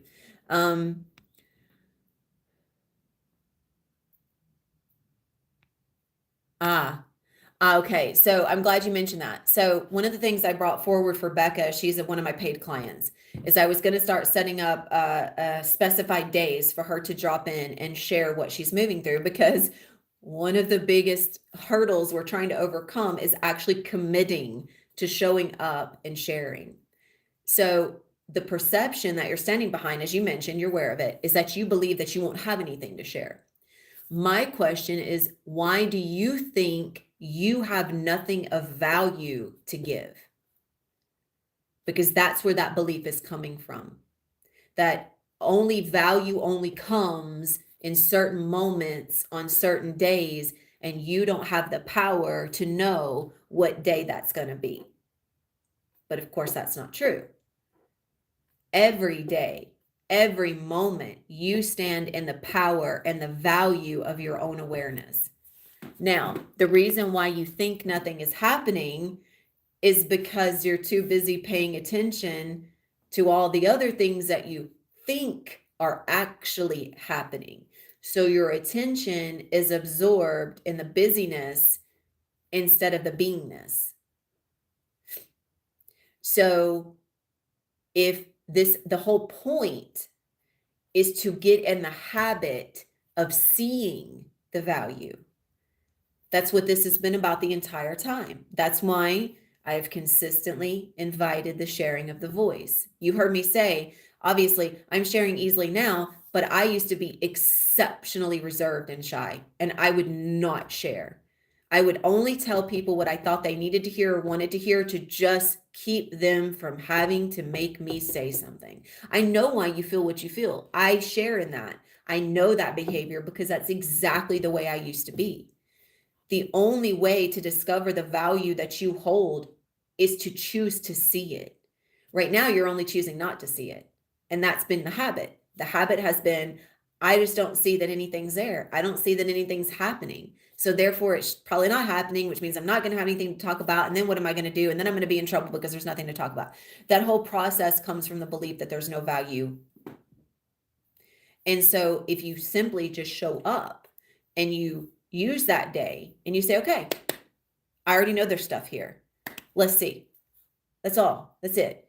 And then you sit with yourself for 10 minutes and you ask. And you know this because you've done the automatic writing.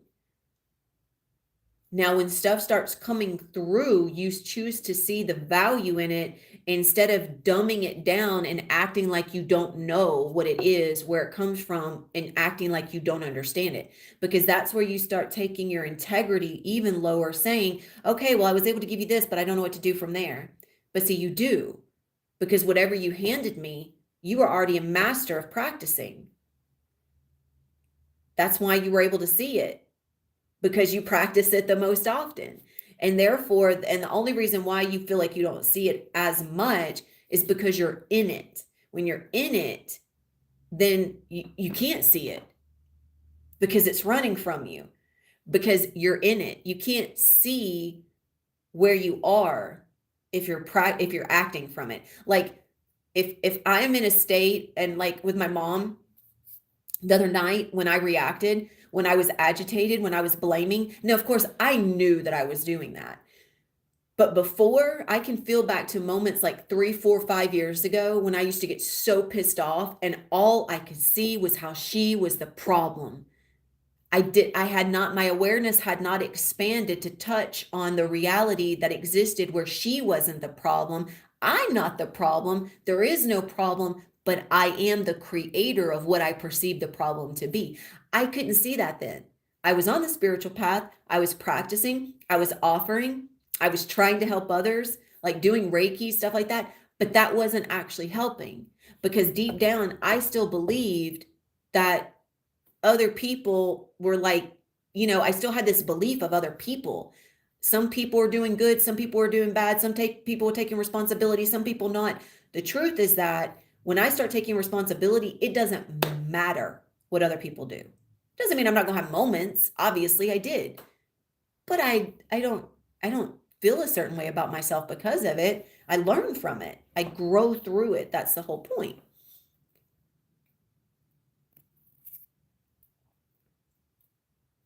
Yeah, exactly. And the thing about it is it's also, and also you think that a little is enough. If I can just give a little, it'll be enough. And then I can just disappear and I'll come back around when I have to give just a little bit more, because your self-worth and your self-value has been so encapsulated in only giving the least amount possible to get the least amount possible. That's why the relationship and the chasing and all the things you give, you think you're giving a lot, but in truth, that lot is a force of a little. It's like taking a little and confining it and forcing it to be seen and heard. And then like, look here, this is enough. This is everything I am. This is all of my worth. And then wondering like why that's never enough. And and this is the thing, is that, like, you know this, you've landed in those spaces, this, it's just committing yourself to practicing it. It's coming from lack, right? That you've had an awareness of where these things are coming from. It's just that, like, once you do, you don't do anything with it. It's like, okay, good, I figured something out, or oh, okay, good, I spoke into something, now I can just get back to being busy. That's why the responsibility, if you have a committed set of days, then you start to build a habit of committing to yourself. And it doesn't mean you're not still busy. This is just a few minutes. We're just talking about a few minutes. That's it. But that's interesting, isn't it? To be running from the value of a few minutes in lieu of all these other things that you think have so much more value than 10 minutes of your time for self-observation. It's interesting, but that's how we're programmed. We are We're a programmed society to remain distracted, to be on social media, to be force feeding ourselves the need of money through jobs and working and doing all the things. And I've also noticed a lot of times, even in this process of doing the work, a lot of times people are still doing the work from the perception of separation, which means that it doesn't, and that's not bad. I'm not attacking. I'm just saying we can always expand the lens. There's always more to be seen. But I mean, sometimes facing a mirror of depth is difficult for people because they don't want to see themselves. Not really. They want to see parts, but they don't want to see all. Because when they face a mirror, when they face a depth of reflection, not only is it coming straight back, but it's moving around, it's pulling back in, and then it's coming back in. So it's like scooping in all these extra parts that normally we don't want. We identify with it out there, but when it's right here, yeah, it's like getting a close up of your face and seeing all the pores, seeing the scars and being like, oh, I don't want to see that. Why? What's wrong with the pore? It's a functioning part of your existence, of your skin. But why do we don't love the pore? We don't love the scar. The scar tells a story. Isn't it interesting how we want so desperately to change things because we think they're ugly instead of just loving them for what they are? We try so hard to be seen as perfect, to be seen as pretty, to be seen as acceptable, to be seen as wanted, to be seen as needed. And the truth is that none of those things are things that we actually internally see within ourselves. We're running from it. That's why we go into food. It's why we go into sex. It's why we go into drugs. We're numbing. And actually, no, we're not. We're already numb. We're running from the numbness is what it is, because it's not actually the drugs or the food or any of that actually does anything, or the sex.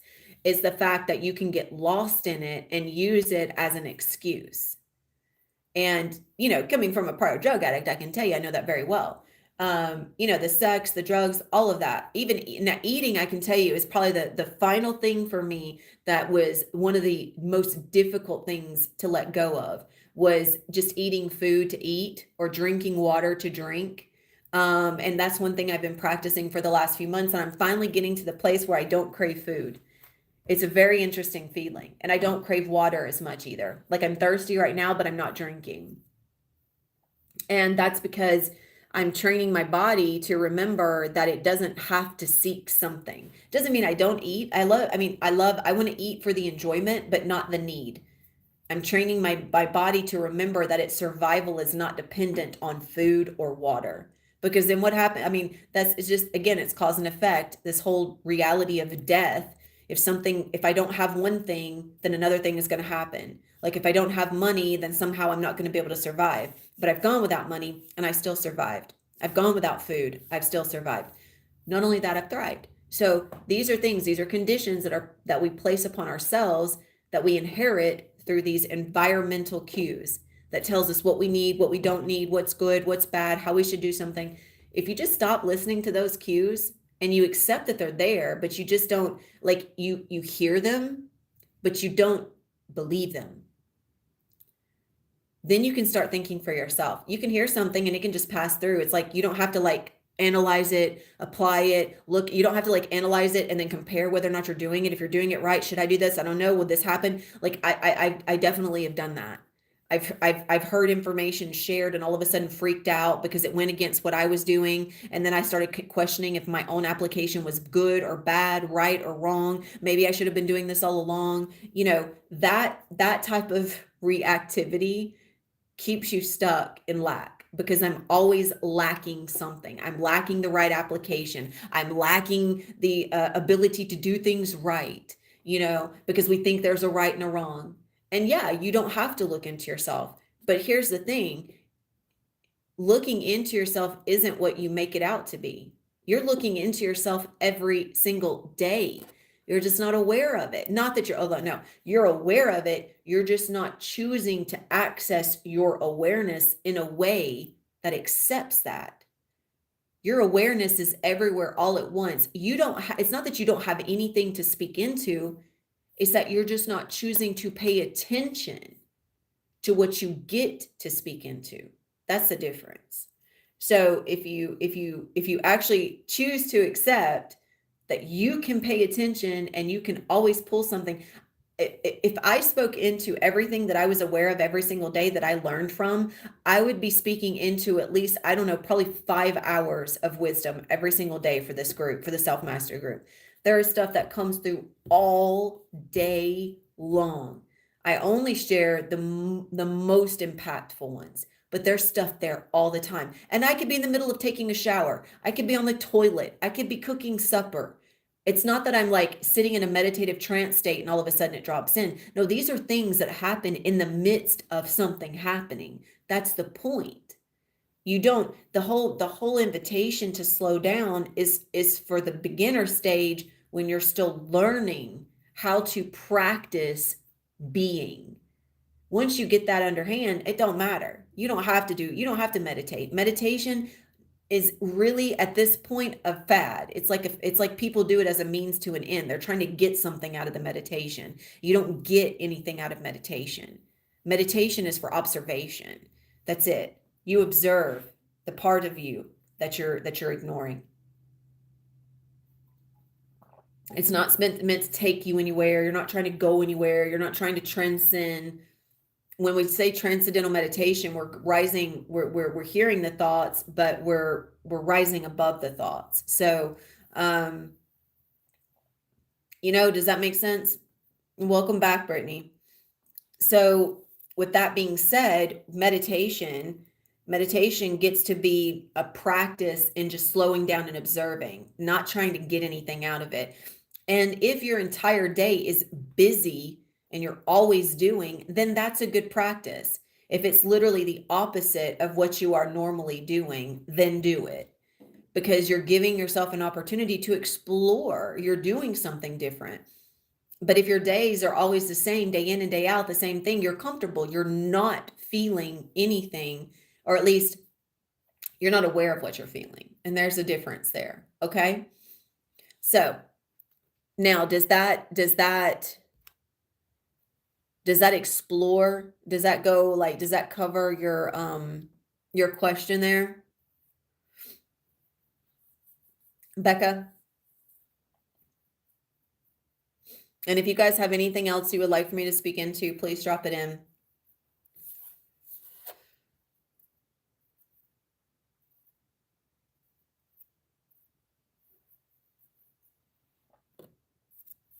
And honestly, like this entire process is incredibly simple. It's incredibly mundane.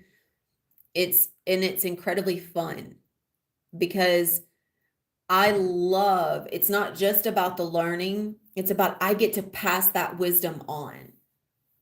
I get to share it. That's the greatest gift. Think about all the quotes and all the things that you see on social media that have an impact on you. Now, I know a lot of the things that I'm shared, people have come back and told me it's had an impact on them. Do you know why that impact is? Oh, I know. I know you're being lazy. Trust me, I know. I know, because I know that version within myself. I know it very well. And it's easy. It's easy to just be lazy and have a reason why you can't do something. But that's the only reason why you're going to snap out of that laziness, is by doing it. I realized this about myself recently, is I wasn't applying myself to the degree in which I could to support me at where I'm at for my own progression. And so, that's why I'm bringing more lives through. That's why I'm just doing all these things, not because I'm trying to be seen. It's just, I'm dropping in what's here. I'm sharing my wisdom. Those that are going to use it are going to use it. Those that are not. It doesn't matter. It's about applying what I am. And that's the sharing of the things that have an impact. It's vibrationally touching people. That wisdom carries a frequency, and that frequency is touching lives. And it's integrating in the collective psyche. And it might just, to some of them are quotes. I get it. And for a lot of us, we read a quote or something that feels powerful and resonant, but we don't actually do anything with it. 9 times out of 10 on social media, we're just scrolling, sharing, and then we don't give it a second thought. We might attribute it like, to a conversation we've had with someone else, but what are we actually doing with it? For me, that's how I used to be. Now I can hear something, I can hear someone say something in a movie, and I can instantly attribute it to a life lesson and learn from it.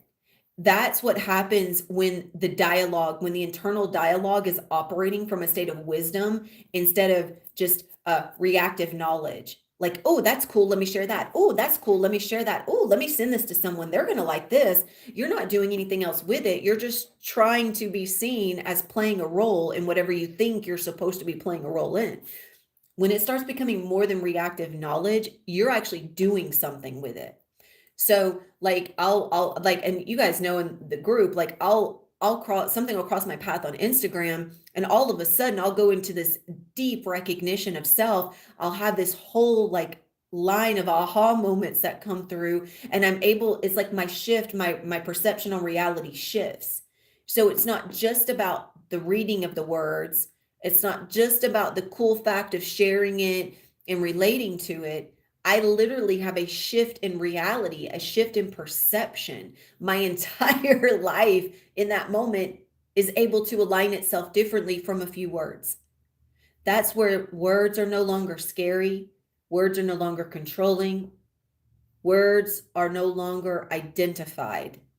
They're no longer being controlled by the identity. They're being supported through the mastery. And so they're serving. Words are always in service. And that's why when I speak, I know my words are always in service. They're serving, they're supporting, they're serving, they're supporting, because I'm doing something with the words. There's a deeper internal resonance, it goes beyond the meaning that was originally assigned to the words. I am the word. Therefore, I serve through the word as the source. I am the word. And therefore I serve. And that's the source of my power, is to be in service through the words and to serve the word. And of course, we hear this in religion, but the deeper part of that is to actually understand that you are the word. And when you remember that you are the word and you serve through the word, then you're no longer controlled by words. You're no longer influenced by words. You're no longer triggered by words, because you're the word. You are what you think you hear. And when you start to go deeper into that, you start to explore yourself from a vastly different dimensional space. So that's my invitation. All of the things that are dropped here is an opportunity for you to explore reality in a very similar way, for you to carry wisdom and integrity instead of lack. And like I said, a few minutes a day, creating new habits, applying differently. And I have a plethora of this that I drop into this space if you would like to join, and all kinds of my own references, my own reflections, my own self-realizations, plus different practices you can apply in real time to review your identity, to review your feeling, how to, stand in neutral presence.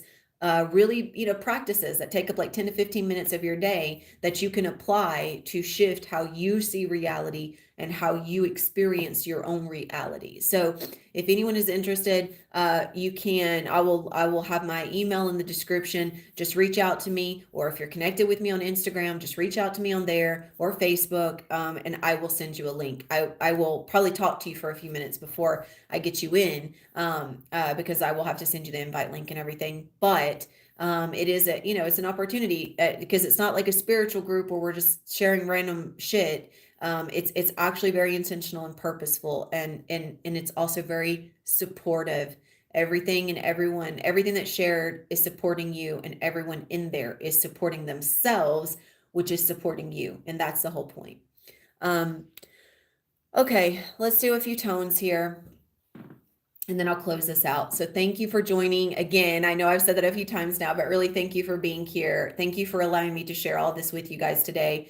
I know those on the replay, if you hung around, I know it's like 2 hours, but when we're live, people are jumping in, people are leaving, jumping in, leaving. And it's simply a good opportunity to share whatever comes through. You can take and leave as you will. And that's that. No big deal. Okay. All right. Just go ahead. Get any last little bit of energy out of your body if you would like. Just shrugging your shoulders, shaking, releasing. And then I just want you to take a deep breath and just let all your body weight drop.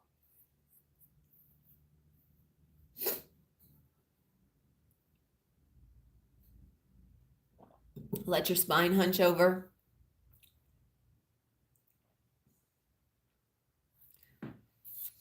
And as we begin these tones, I would like for you to give yourself an opportunity to allow your life force to pull you up. This is something that will happen naturally. If you're just, you don't have to look for it. You don't have to try. It'll happen. Eventually, you will find yourself just sliding up and being lifted back up. Okay. But you can just surrender your body, surrender, just feeling how supported you are, even with your spine being hunched over. Just feeling the seat beneath you, feeling the floor beneath you, feeling how supported you are. And then with your eyes closed, dropping deeper into that surrender, you have no cares in the world. Just allowing yourself to be here, be present in this moment. And internally, please declare, I accept, I receive, I accept, I allow. Honoring the agreement, allowing these vibrational sounds to pass through you.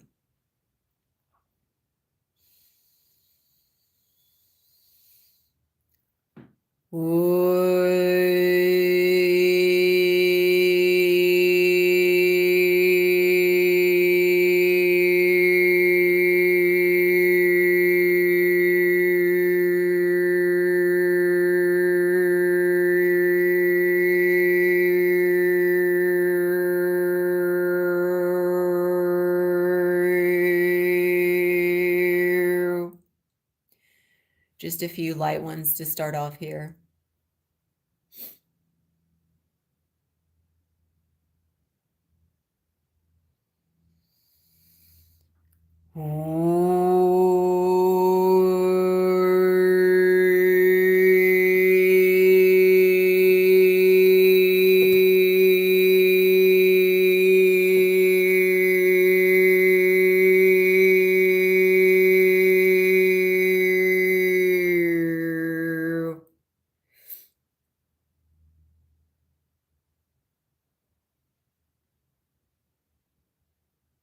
And if you're like me, you start to feel it's like a halo around my third eye in my head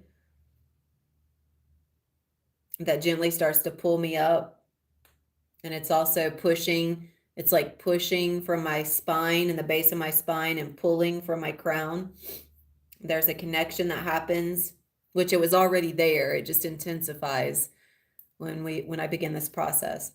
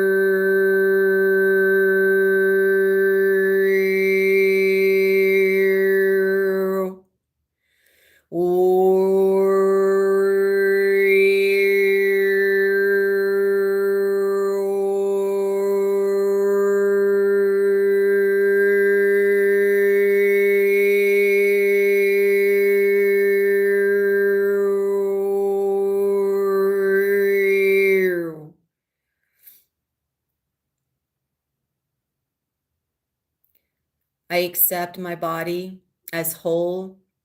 I love my body as it is. I am safe and secure in my body. And I am so grateful for everything I get to feel.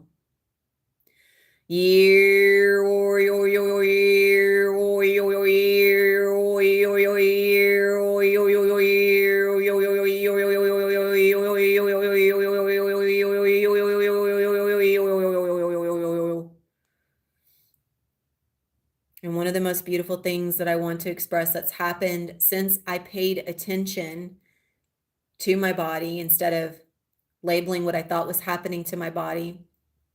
Once I began listening to my spleen instead of assuming it was my ovaries, in the last 2 days, the inflammation has ceased to exist. I actually listened instead of assuming and attaching an assumption from a space of thinking that I know what's going on. And that's the way the identity works. So even though I can slightly sense it, it is nothing like it was. And it's not because anything was wrong. It was that it was asking me to simply just be aware of everything I had attached to myself through this relationship with my mom. And that's what was coming through. That's why my blood, that's why everything was feeling inflamed and weak and all these things, because I felt weak. I felt powerless. I was assuming that position. So I just want to share that with everyone.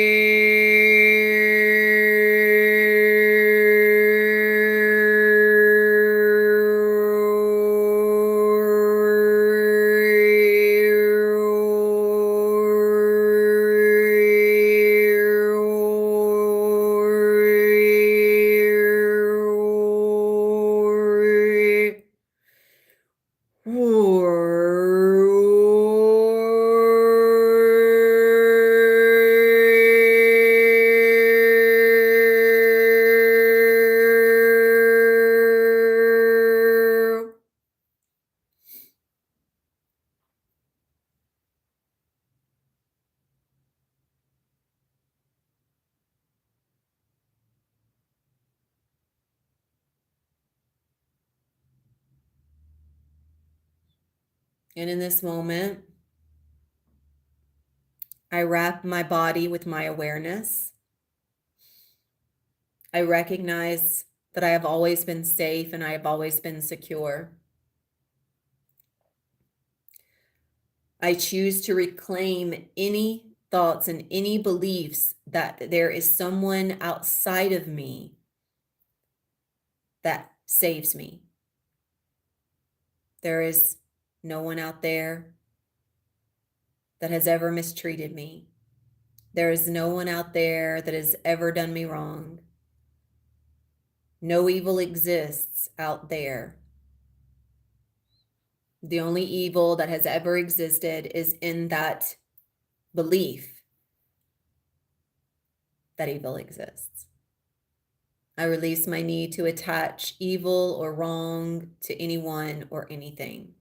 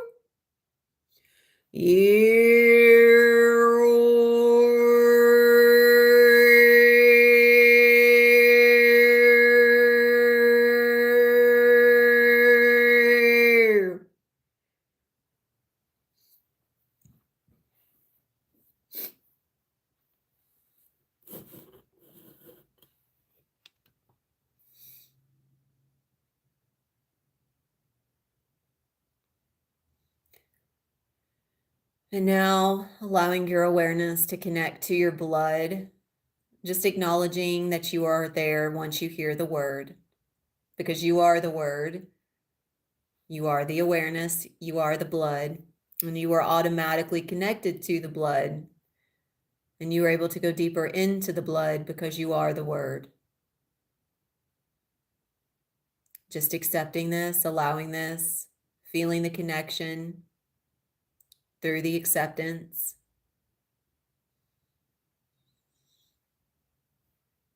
And with this connection to the blood, we extend out through the fascia, setting the intention that each of these overtones will penetrate and move with the ability to neutralize and disentangle any calcification and toxicity.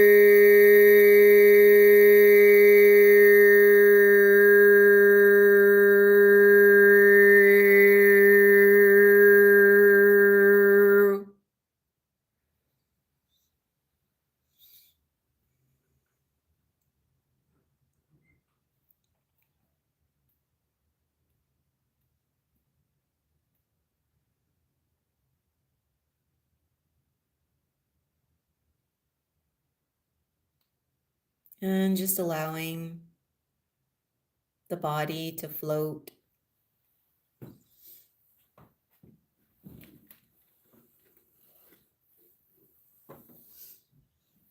And allowing the body to just release and receive.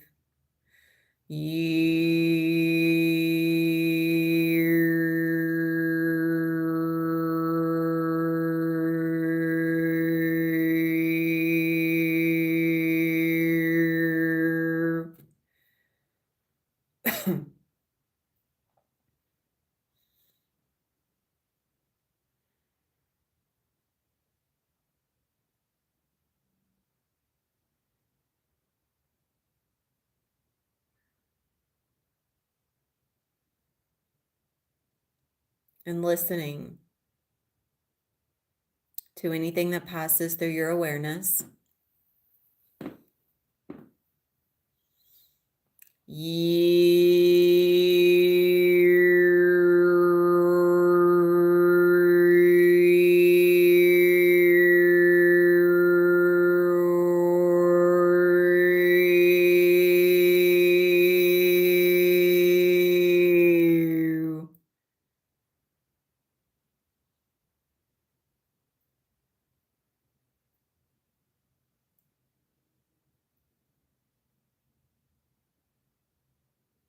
And I choose to accept that no matter what happens, everything is perfect. Even if it may seem chaotic, even if it may sound agitating, I choose to remember that all of it is neutral. That's what makes it perfect. It is neutral. It is nothing. It doesn't matter. But I can learn from the ways that I have chosen to make it matter.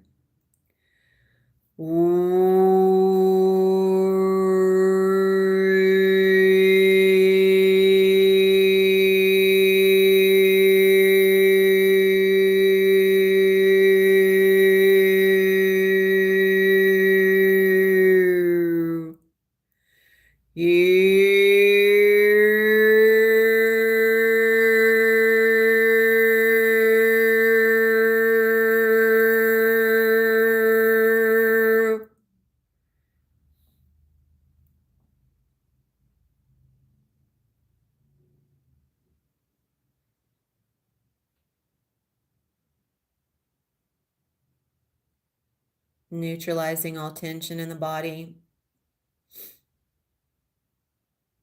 releasing the need to identify with pain and suffering, releasing the need to identify with the worst case scenario, releasing the need to identify with the fact that something is wrong or could be wrong, remembering that those are not facts.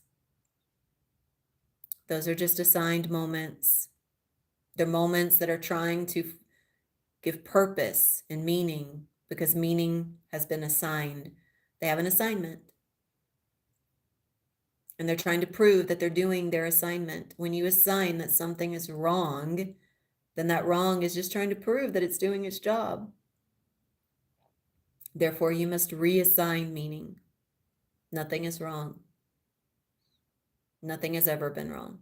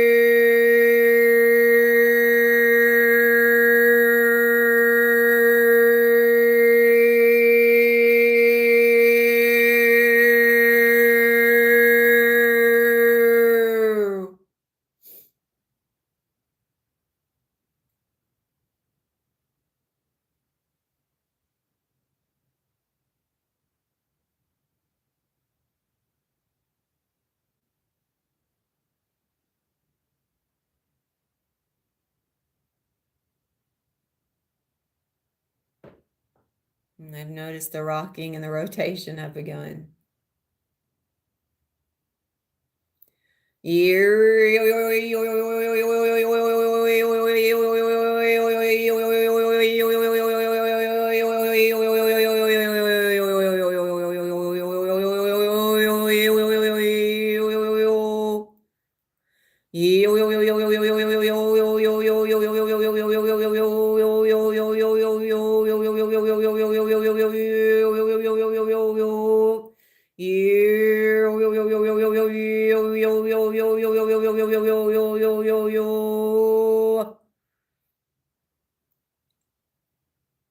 Clearing the physical plane.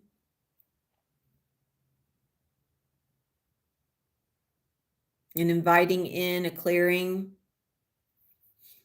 of the astral,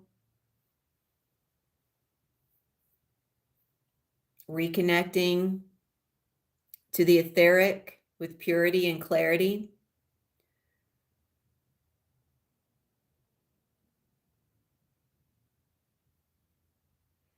I'd like to connect to the etheric field now, just to pull in.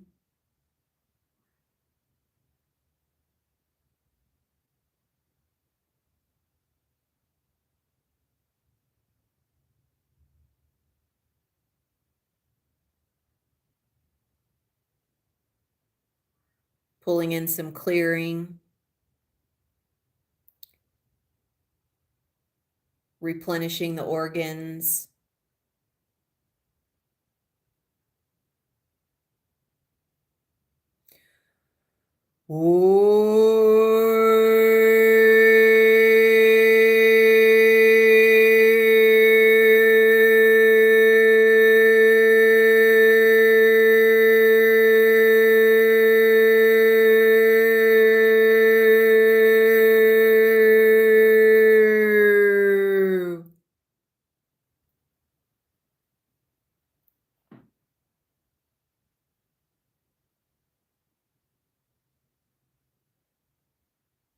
My organs are refreshed. My organs are rejuvenated. My organs are regenerated. Every image in my reality is carrying the frequency of health, humility, and acceptance.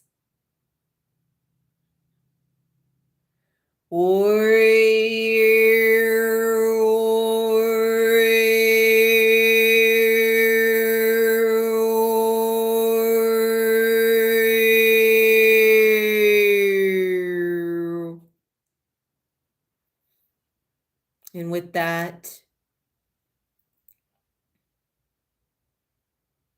begin closing out this exchange with 2 more tones just to anchor, just to ground, and to purify.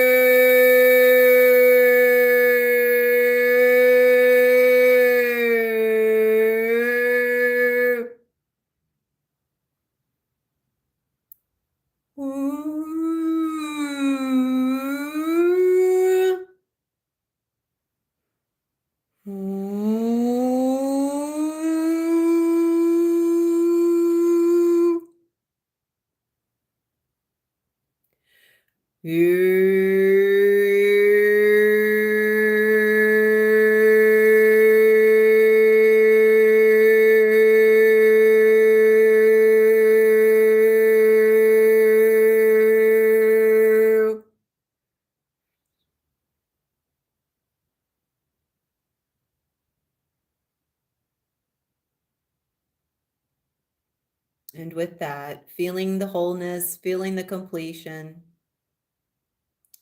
And thank you all for being here. Thank you for choosing to receive. I hope that these sounds have further supported you in your journey, along with the wisdom that was shared here. With that, I say thank you. You are so appreciated. You are accepted unconditionally. And you are valued immeasurably. And I do hope that I get to see you back here again in our next gathering. With that, thank you. Thank you. Thank you. I'm so grateful. Thank you, my dear. Yes, much relaxation. The next live, I do have, just so everyone knows, I know I've already mentioned it, but if you would like to experience like an hour and a half pretty much of tones, the upcoming offering that I have that's happening in 3 sessions is focused around majority tones with some guidance, like I mentioned. So if the tones are really enjoyable, if they assist and serve along with the wisdom and you would like to join, you can purchase one of them for $55, 2 of them individually for $55, or you can do all 3 for $111. So again, I will have the information in the description if you are interested in joining that, or booking a one-on-one, or joining the free space. So thank you guys. And my one-on-ones, oh, by the way, really quickly, my one-on-ones, they've been pretty much closed off. I'm stepping back into those full-time next month. So for those of you guys that have been in questioning about that or that are waiting, please know that I appreciate your patience. And I look forward to getting those going, a little bit after the start of the new year. So if you would like to go ahead and book, please do so, because I do have quite a few people inquiring. So, and those are one-on-one ancestral line guidances. So overtones, but moving through the perception, allowing the perception and the awareness to capture the moments that, that are keeping you stuck, so that we can realign, harmonize, and redefine. Okay. All right, my loves. Until next time. Thank you. Adonai.